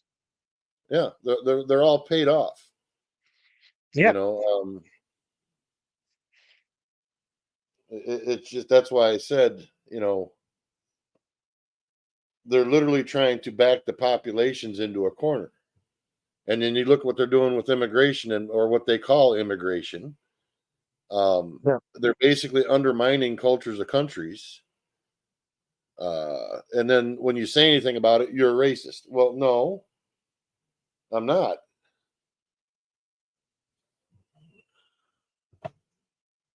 No, there was a TV talk show like this. That show is every day in the mainstream media. There's always the selected people are allowed to come in there because if somebody is on a controversial opinion, they will never get fucking invited. And last absolutely not. week, one of the YouTube shows brought that up. As I don't watch TV, I don't freaking know about it. So he brought it up, and they proved it in the mainstream media. They proved it that the biologic Germans will be the minority by the next 20 years in our own country. We have Yep. already 25% migration background citizens here, and in the age from 0 to 16, it's 45%. 45% is non-German. So now think about these species of people having in average 3 or 4 children. I think the German families have maybe right now less than 1. I think it was 1.2 or 3 years ago. I think maybe now it's less than 1. So you can imagine what's going to happen in the next 20 years. Yep, you're going And to then be they you're going to be a foreigner in your own country. exactly, and they will wipe out our culture. They will wipe out our religion. They will wipe out everything. They taken over parts of cities already. The bigger cities. There's parts where you don't see one single biologic German store, shop. You almost see no German people walking around. If you drive through there, you see only foreigners. That has nothing to do with racism or whatever.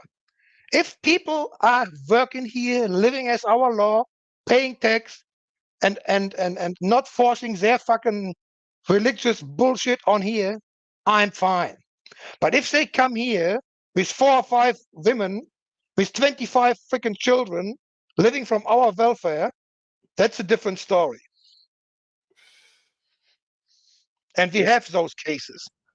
They come here, even that it's not allowed here to have more than 1 wife. They let them in with 3 or 4 or 5 wives, with more than 20 children. They let them in here and they give them houses because it's not allowed here. It's legal. It's illegal. They have to live in 5 different houses because every wife has to live with their kid in a different house. We have families, they make 35,000 euros a month cost from our tax money because they have almost 25 or 30 people to have feed it. Can you freaking imagine that? Yep.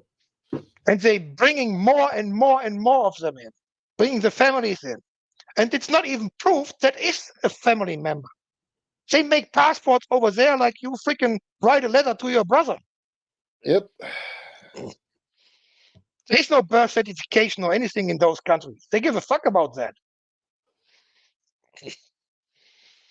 It's crazy. Well, it boils down to this, Ova.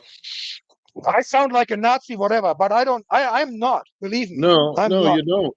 I have It- foreign friends, but it is absolute insane, man. It's insane.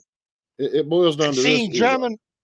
seeing German elderlies going out and collecting empty bottles out of the bin to get the refund, 25 cents each bottle, to buy themselves a coffee because they can't even afford their own rent and the freaking energy costs anymore. That brings tears in my eyes every day, man. Oh, I imagine, buddy. But it boils down to this.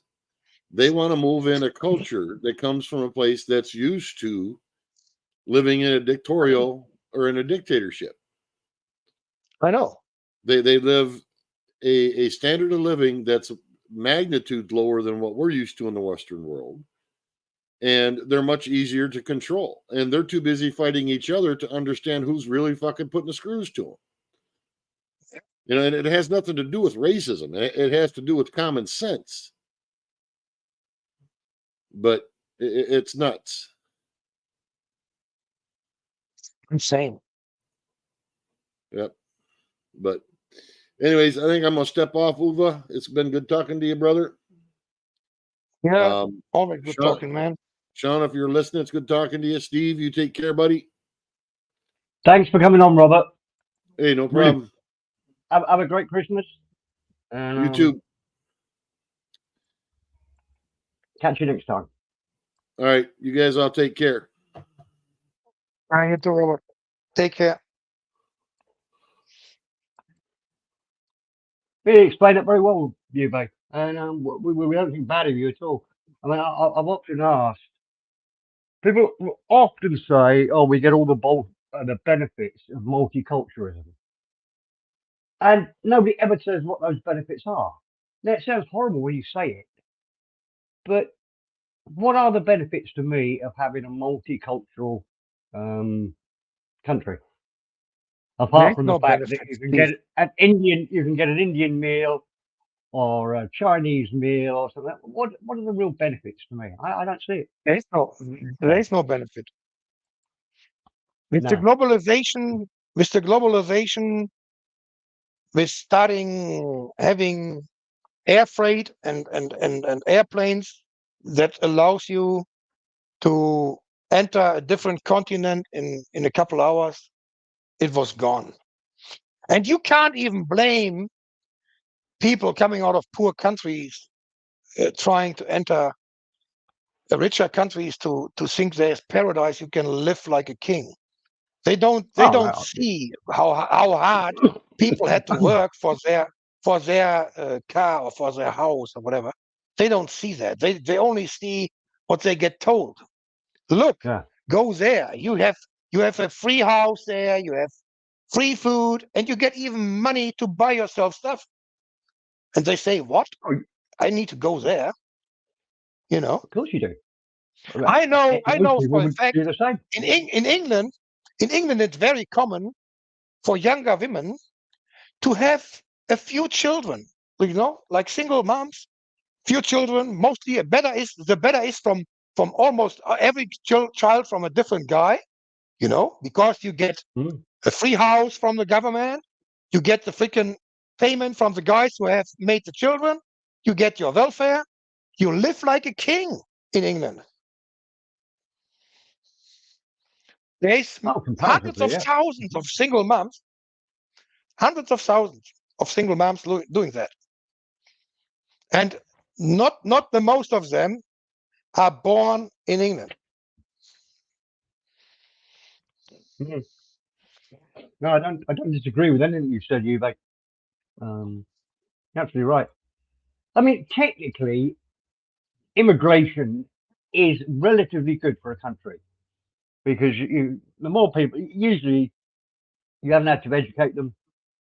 And what used to be the fact is that they come in, work on the buses in the service industries and whatever, pay taxes, and then very often for retirement they'd go back to their own countries where they originated from, which is actually quite good economically for a country. Yeah, because you don't have to pay. You know, old people like me in England costs the health service a lot of money. You know, between the ages of 20 and 60, you don't really cost the health service much compared to most people on average. As soon as you get past 60, 70, you start costing the country a lot of money. So if even a small percentage of those people go back to their original countries and retire there, it's still beneficial. But the big problem is none of the profits, certainly in England, and I would guess the same for Germany, none of the profits were invested back into the infrastructure of the country. So exactly. we don't get enough. You know, there's not enough schools. There's not enough hospitals. There's not enough general practitioners. You know, normal doctors. Yeah. So everybody struggles. That's one big point. Yeah, you have the same. Yeah, in Germany. Yeah, that's one big point. None of the profits from there are economic benefits from immigration, but they just take the profits. Nothing is poured back into the. You know, we needed a lot more doctors. Mostly, we need houses. We've got a severe housing shortage in the UK. we've got plenty of land. It would be quite easy to to get the land from farms and whatever. You know, we've got a huge free area. Although it looks like we're condensed, we're not really. We've got loads and loads of land we could build houses in. But they don't do that either, because if you build lots of houses, it will spoil it for the middle classes who are working on the basis of my house keeps going up. And that means I'm happy to spend money because my house went up from 200,000 to 300,000 in the last 5 years. Sort of thing. I'm exaggerating, but you get my point. Look what Nescafe is saying, and that is another thing. Hold on. Believe it or not, and it's proved. We have about 1.5 million refugees from the Ukraine in Germany. 1.5 Right. million.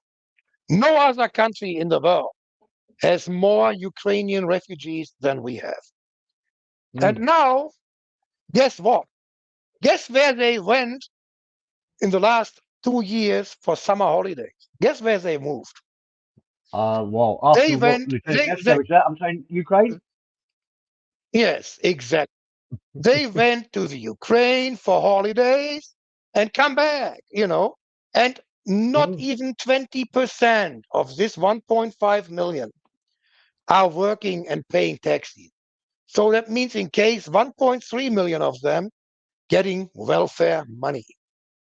And they take our welfare money to go visit their war country for holidays, to visit family and having fun, having a cheap freaking drink and shit like that, going to the sun, and then they come back and then they get the fucking welfare. That is what refugees are, and that's the same with quite a lot of refugees from Afghanistan, from Syria. We have proofs, a lot of those cases here, that they go to their own home countries for holidays for 3, 4, 5 weeks, and then they come back. That's what a refugee is these days. They are so in danger, man. Oh my goodness. They are so in danger. Let the fuck out of here, man. Gotta be kidding me. It is crazy. How is it possible that a refugee goes to holidays to their own country? How is that possible? Yeah. They If it's should safe enough to go for your never holiday, get. it's safe enough to live there. They should never ever get back to here. Never ever. And if they come to here, arrest them and send them back. Simple as that. Yeah. But no, Germany, believe it or not, had the highest tax income ever in history of the Federal Republic of Germany. 1,000 billion. What is in English, I think, 1 trillion. 1 trillion euros. We had tax income for the government in 2023. 1 trillion.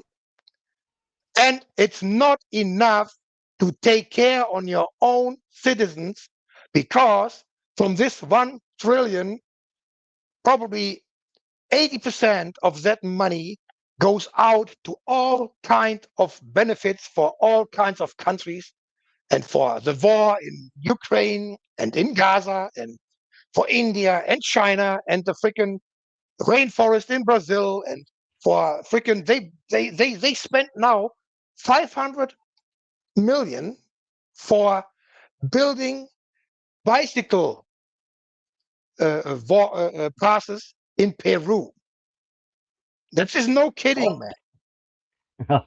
For the 500 million for building bicycle passes in Peru.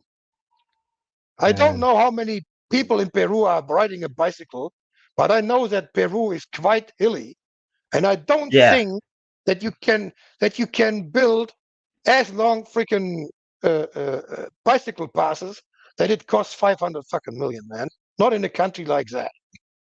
No, I can't see it. And I can go on, and I know I sound like a fucking Nazi. I know, But believe me, I'm not. I'm No, just concerned about my own fucking country, man. I see elderlies here suffering like worse than a freaking street dog in Eastern Europe. They have barely fucking food on the table. They can't afford the freaking heat, so they sit with freaking coat and blanket in their houses because they can't afford the freaking heating. And they're going out and collecting bottles to get the freaking fee for the bringing the bottles back, 25 cents each, to buy themselves a fucking coffee, man. That Mm. that drives me fucking insane. It drives me fucking nuts. Yeah. It's completely fucked up. I mean, I worry about it, and I'm sort of 6,000 miles away from my country. Then uh, I can see that the advantage is political, and exactly what Robert was saying earlier on. In that you get, without being racist, you tend to get a lower intelligence type of person coming in, more used to being told what to do, happy to be on the welfare, so they're easier to control. But surely anybody in government, as soon as you see that, you go, well, yeah, but this has got no long-term strategy. You're going to have a civil war at some stage. You get very, very, very close to it in America. You could see it in, I don't think there's one Western country, sorry, European country, where there's not the same sort of problems to a lesser or greater extent. So We all know the name of the companies, Graham. We all know the names. Hold on, I just highlight his comment.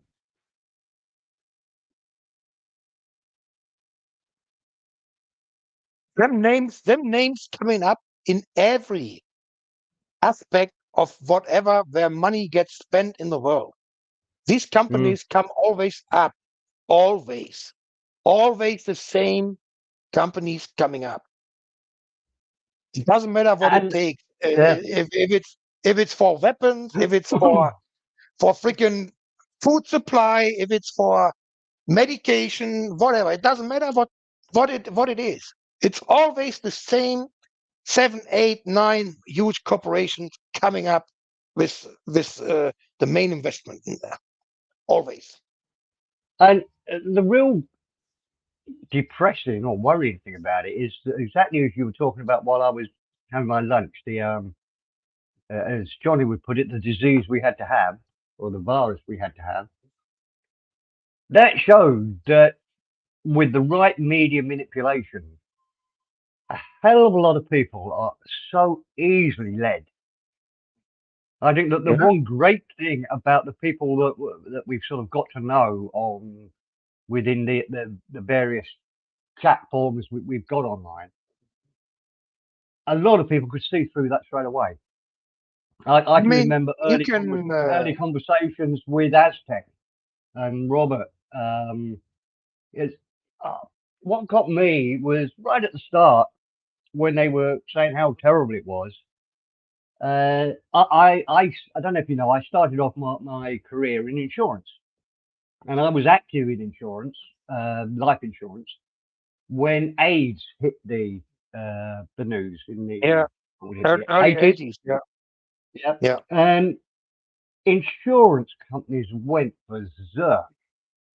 They were so worried because suddenly there was a death that the mortality tables couldn't take any. Were totally thrown.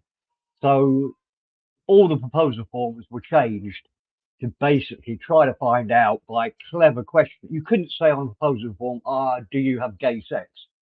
Or anything like that. So you just had to sort of be there were some very subtle questions put into proposal forms, basically to try to work out whether you were gay or not. When COVID hit, put me right, I didn't hear one insurance managing director come on TV and say, fuck, we're in real big trouble now. That's how I knew it was Yeah. a total joke, because I remember how seriously we had actuaries, you know, the guys that work out the mortality tables, come and give us all lectures about, you know, come on, guys, you've got to take this seriously. Most important thing for the company is to keep the amount of deaths down from this. It's going to kill millions and millions of people. They were really scared. There was nothing about that when COVID hit. And we've never heard one insurance company turn around and say, oh, we've lost millions and millions because of all the people that died from COVID. Now, we were saying that within months of COVID first being hit. So the good thing about it was, for some reason, a lot of us could see through it straight away from the start. The sad news is a lot of people didn't. And they were led. And they did do it. I'm not being a hypocrite. I took the injection, the couple of them, because I had to go back to the UK to see my family and sort out some business. But if I hadn't have had to go, I wouldn't have bothered. No way on earth. And I fought And my you can wife ask, terribly to stop. Go on, sorry, mate. Carry on. you can ask Greg. He went through the fucking hell with not getting the injection in Philippines, man, and couldn't leave Who his was that? Sorry. home, Who was that? his home area. Graham. He was not Graham. even Oh, right. able. Oh, He yeah. was not even able to leave his home area over there. You know. Right. So, and but that is the only way they could get it. They could get it on everybody to Mm. to cut them off from let's say public life, to cut them off from the job, to cut them off from whatever, from going to the gym or to the pool or to travel, whatever. And it, you know, Yeah. people care more about traveling and about going to a restaurant or whatever than on their own health. Yeah. Is that Well, if that just I'd love just to see some. just Sorry, mate. just think about it.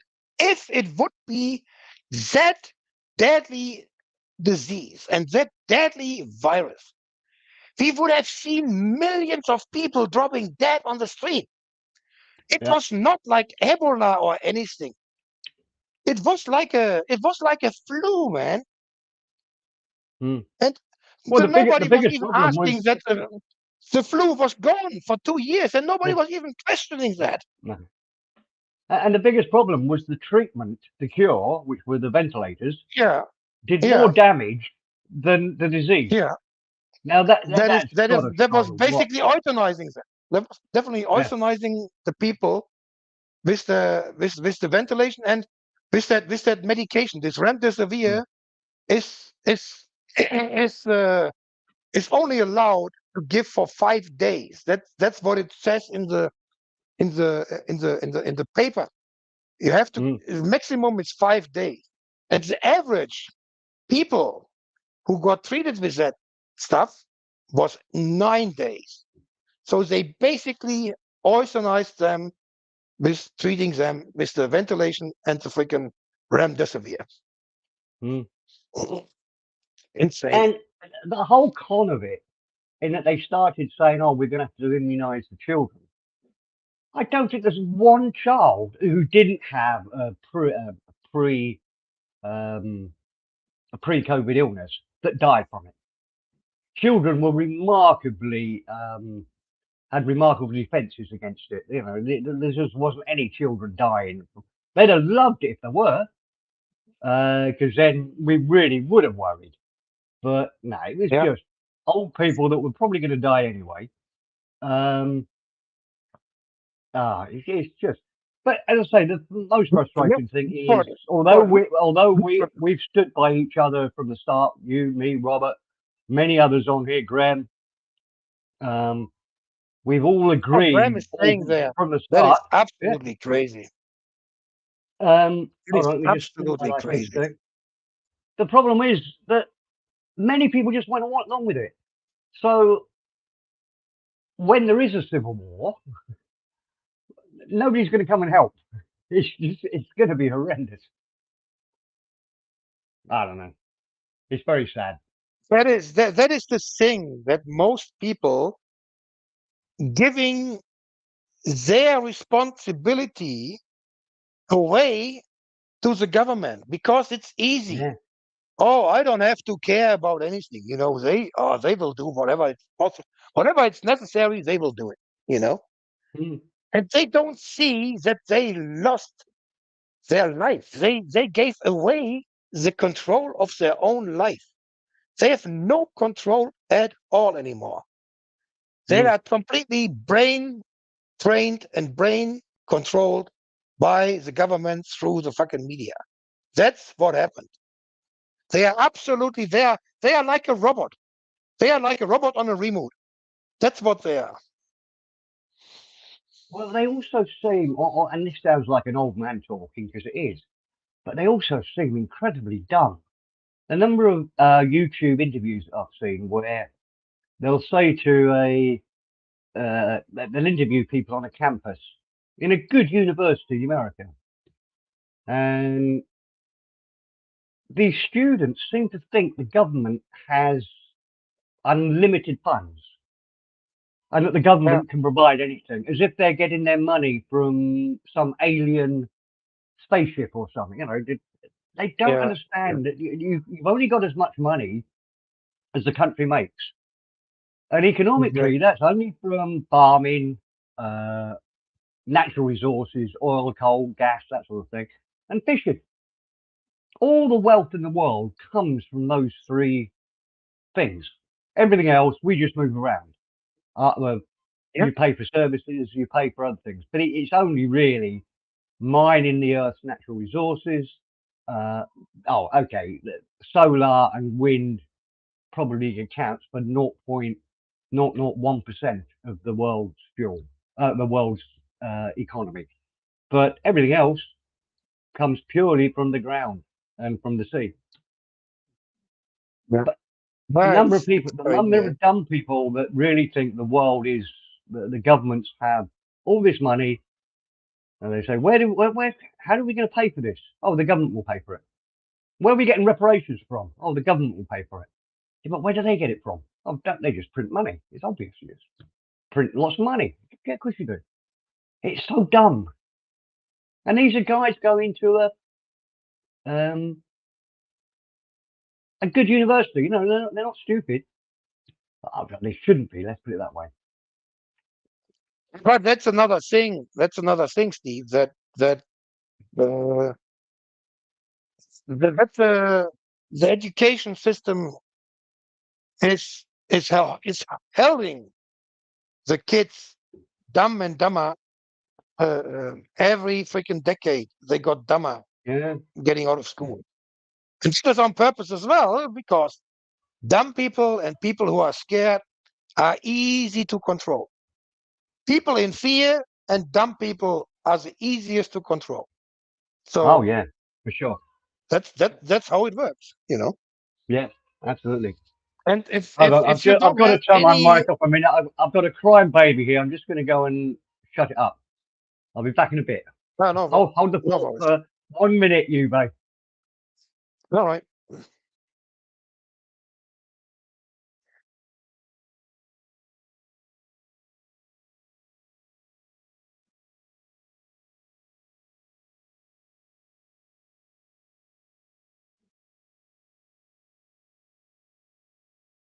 Holy shit, man. That's fucking crazy, man.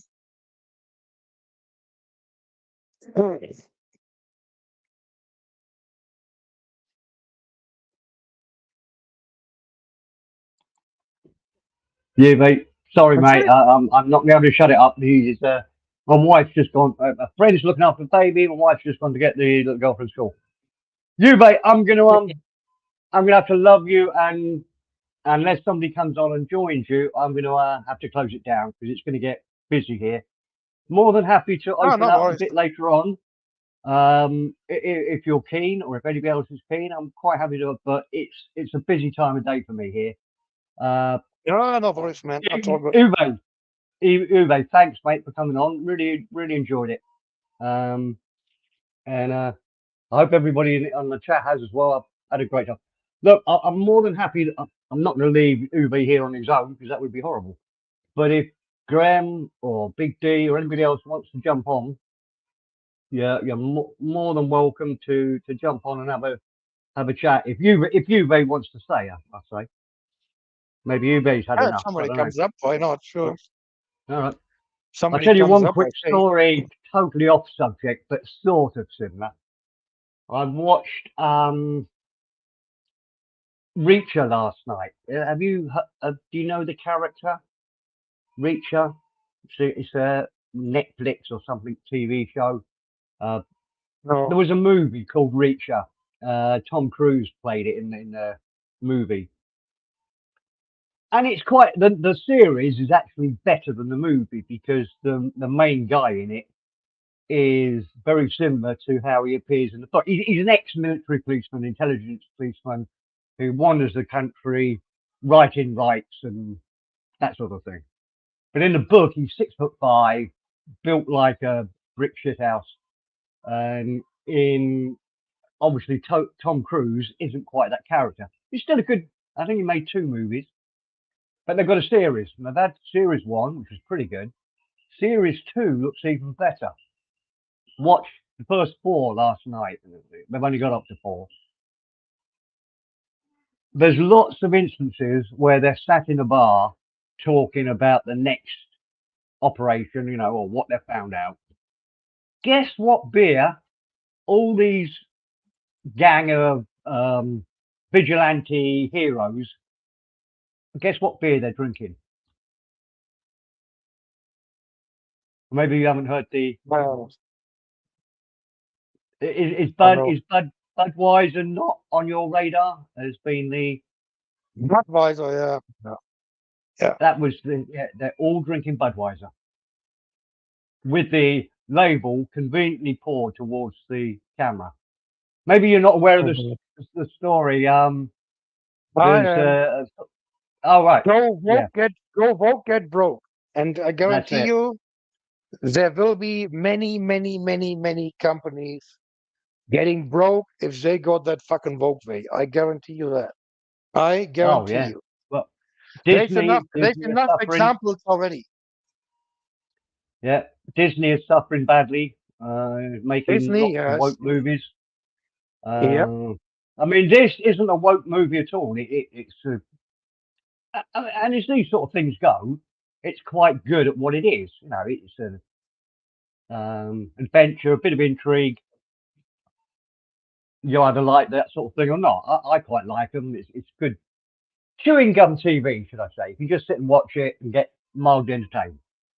But it's so noticeable that they're all drinking. You've got 6 people round a table, and they're all drinking out of a Budweiser bottle with the label from the Budweiser directed straight at the camera. I wonder how many millions Yeah. they had to pay for that. It is good. No, there's Right, no. I don't know if you saw you, man. mate. Graham says he'd love to come up, but he's got too much background noise. Yeah, So I know. I'm going to love you and leave you. Thanks again, Uwe. Thanks, Graham. Big D, and everybody else that joined the panel, and everybody else that's been in the chat. Yeah. See you next time.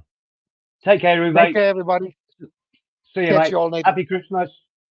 We'll have a few more streams before the new year, so we'll do our end of the year streams for sure. Take care, mate. Bye. Oh yeah. Bye.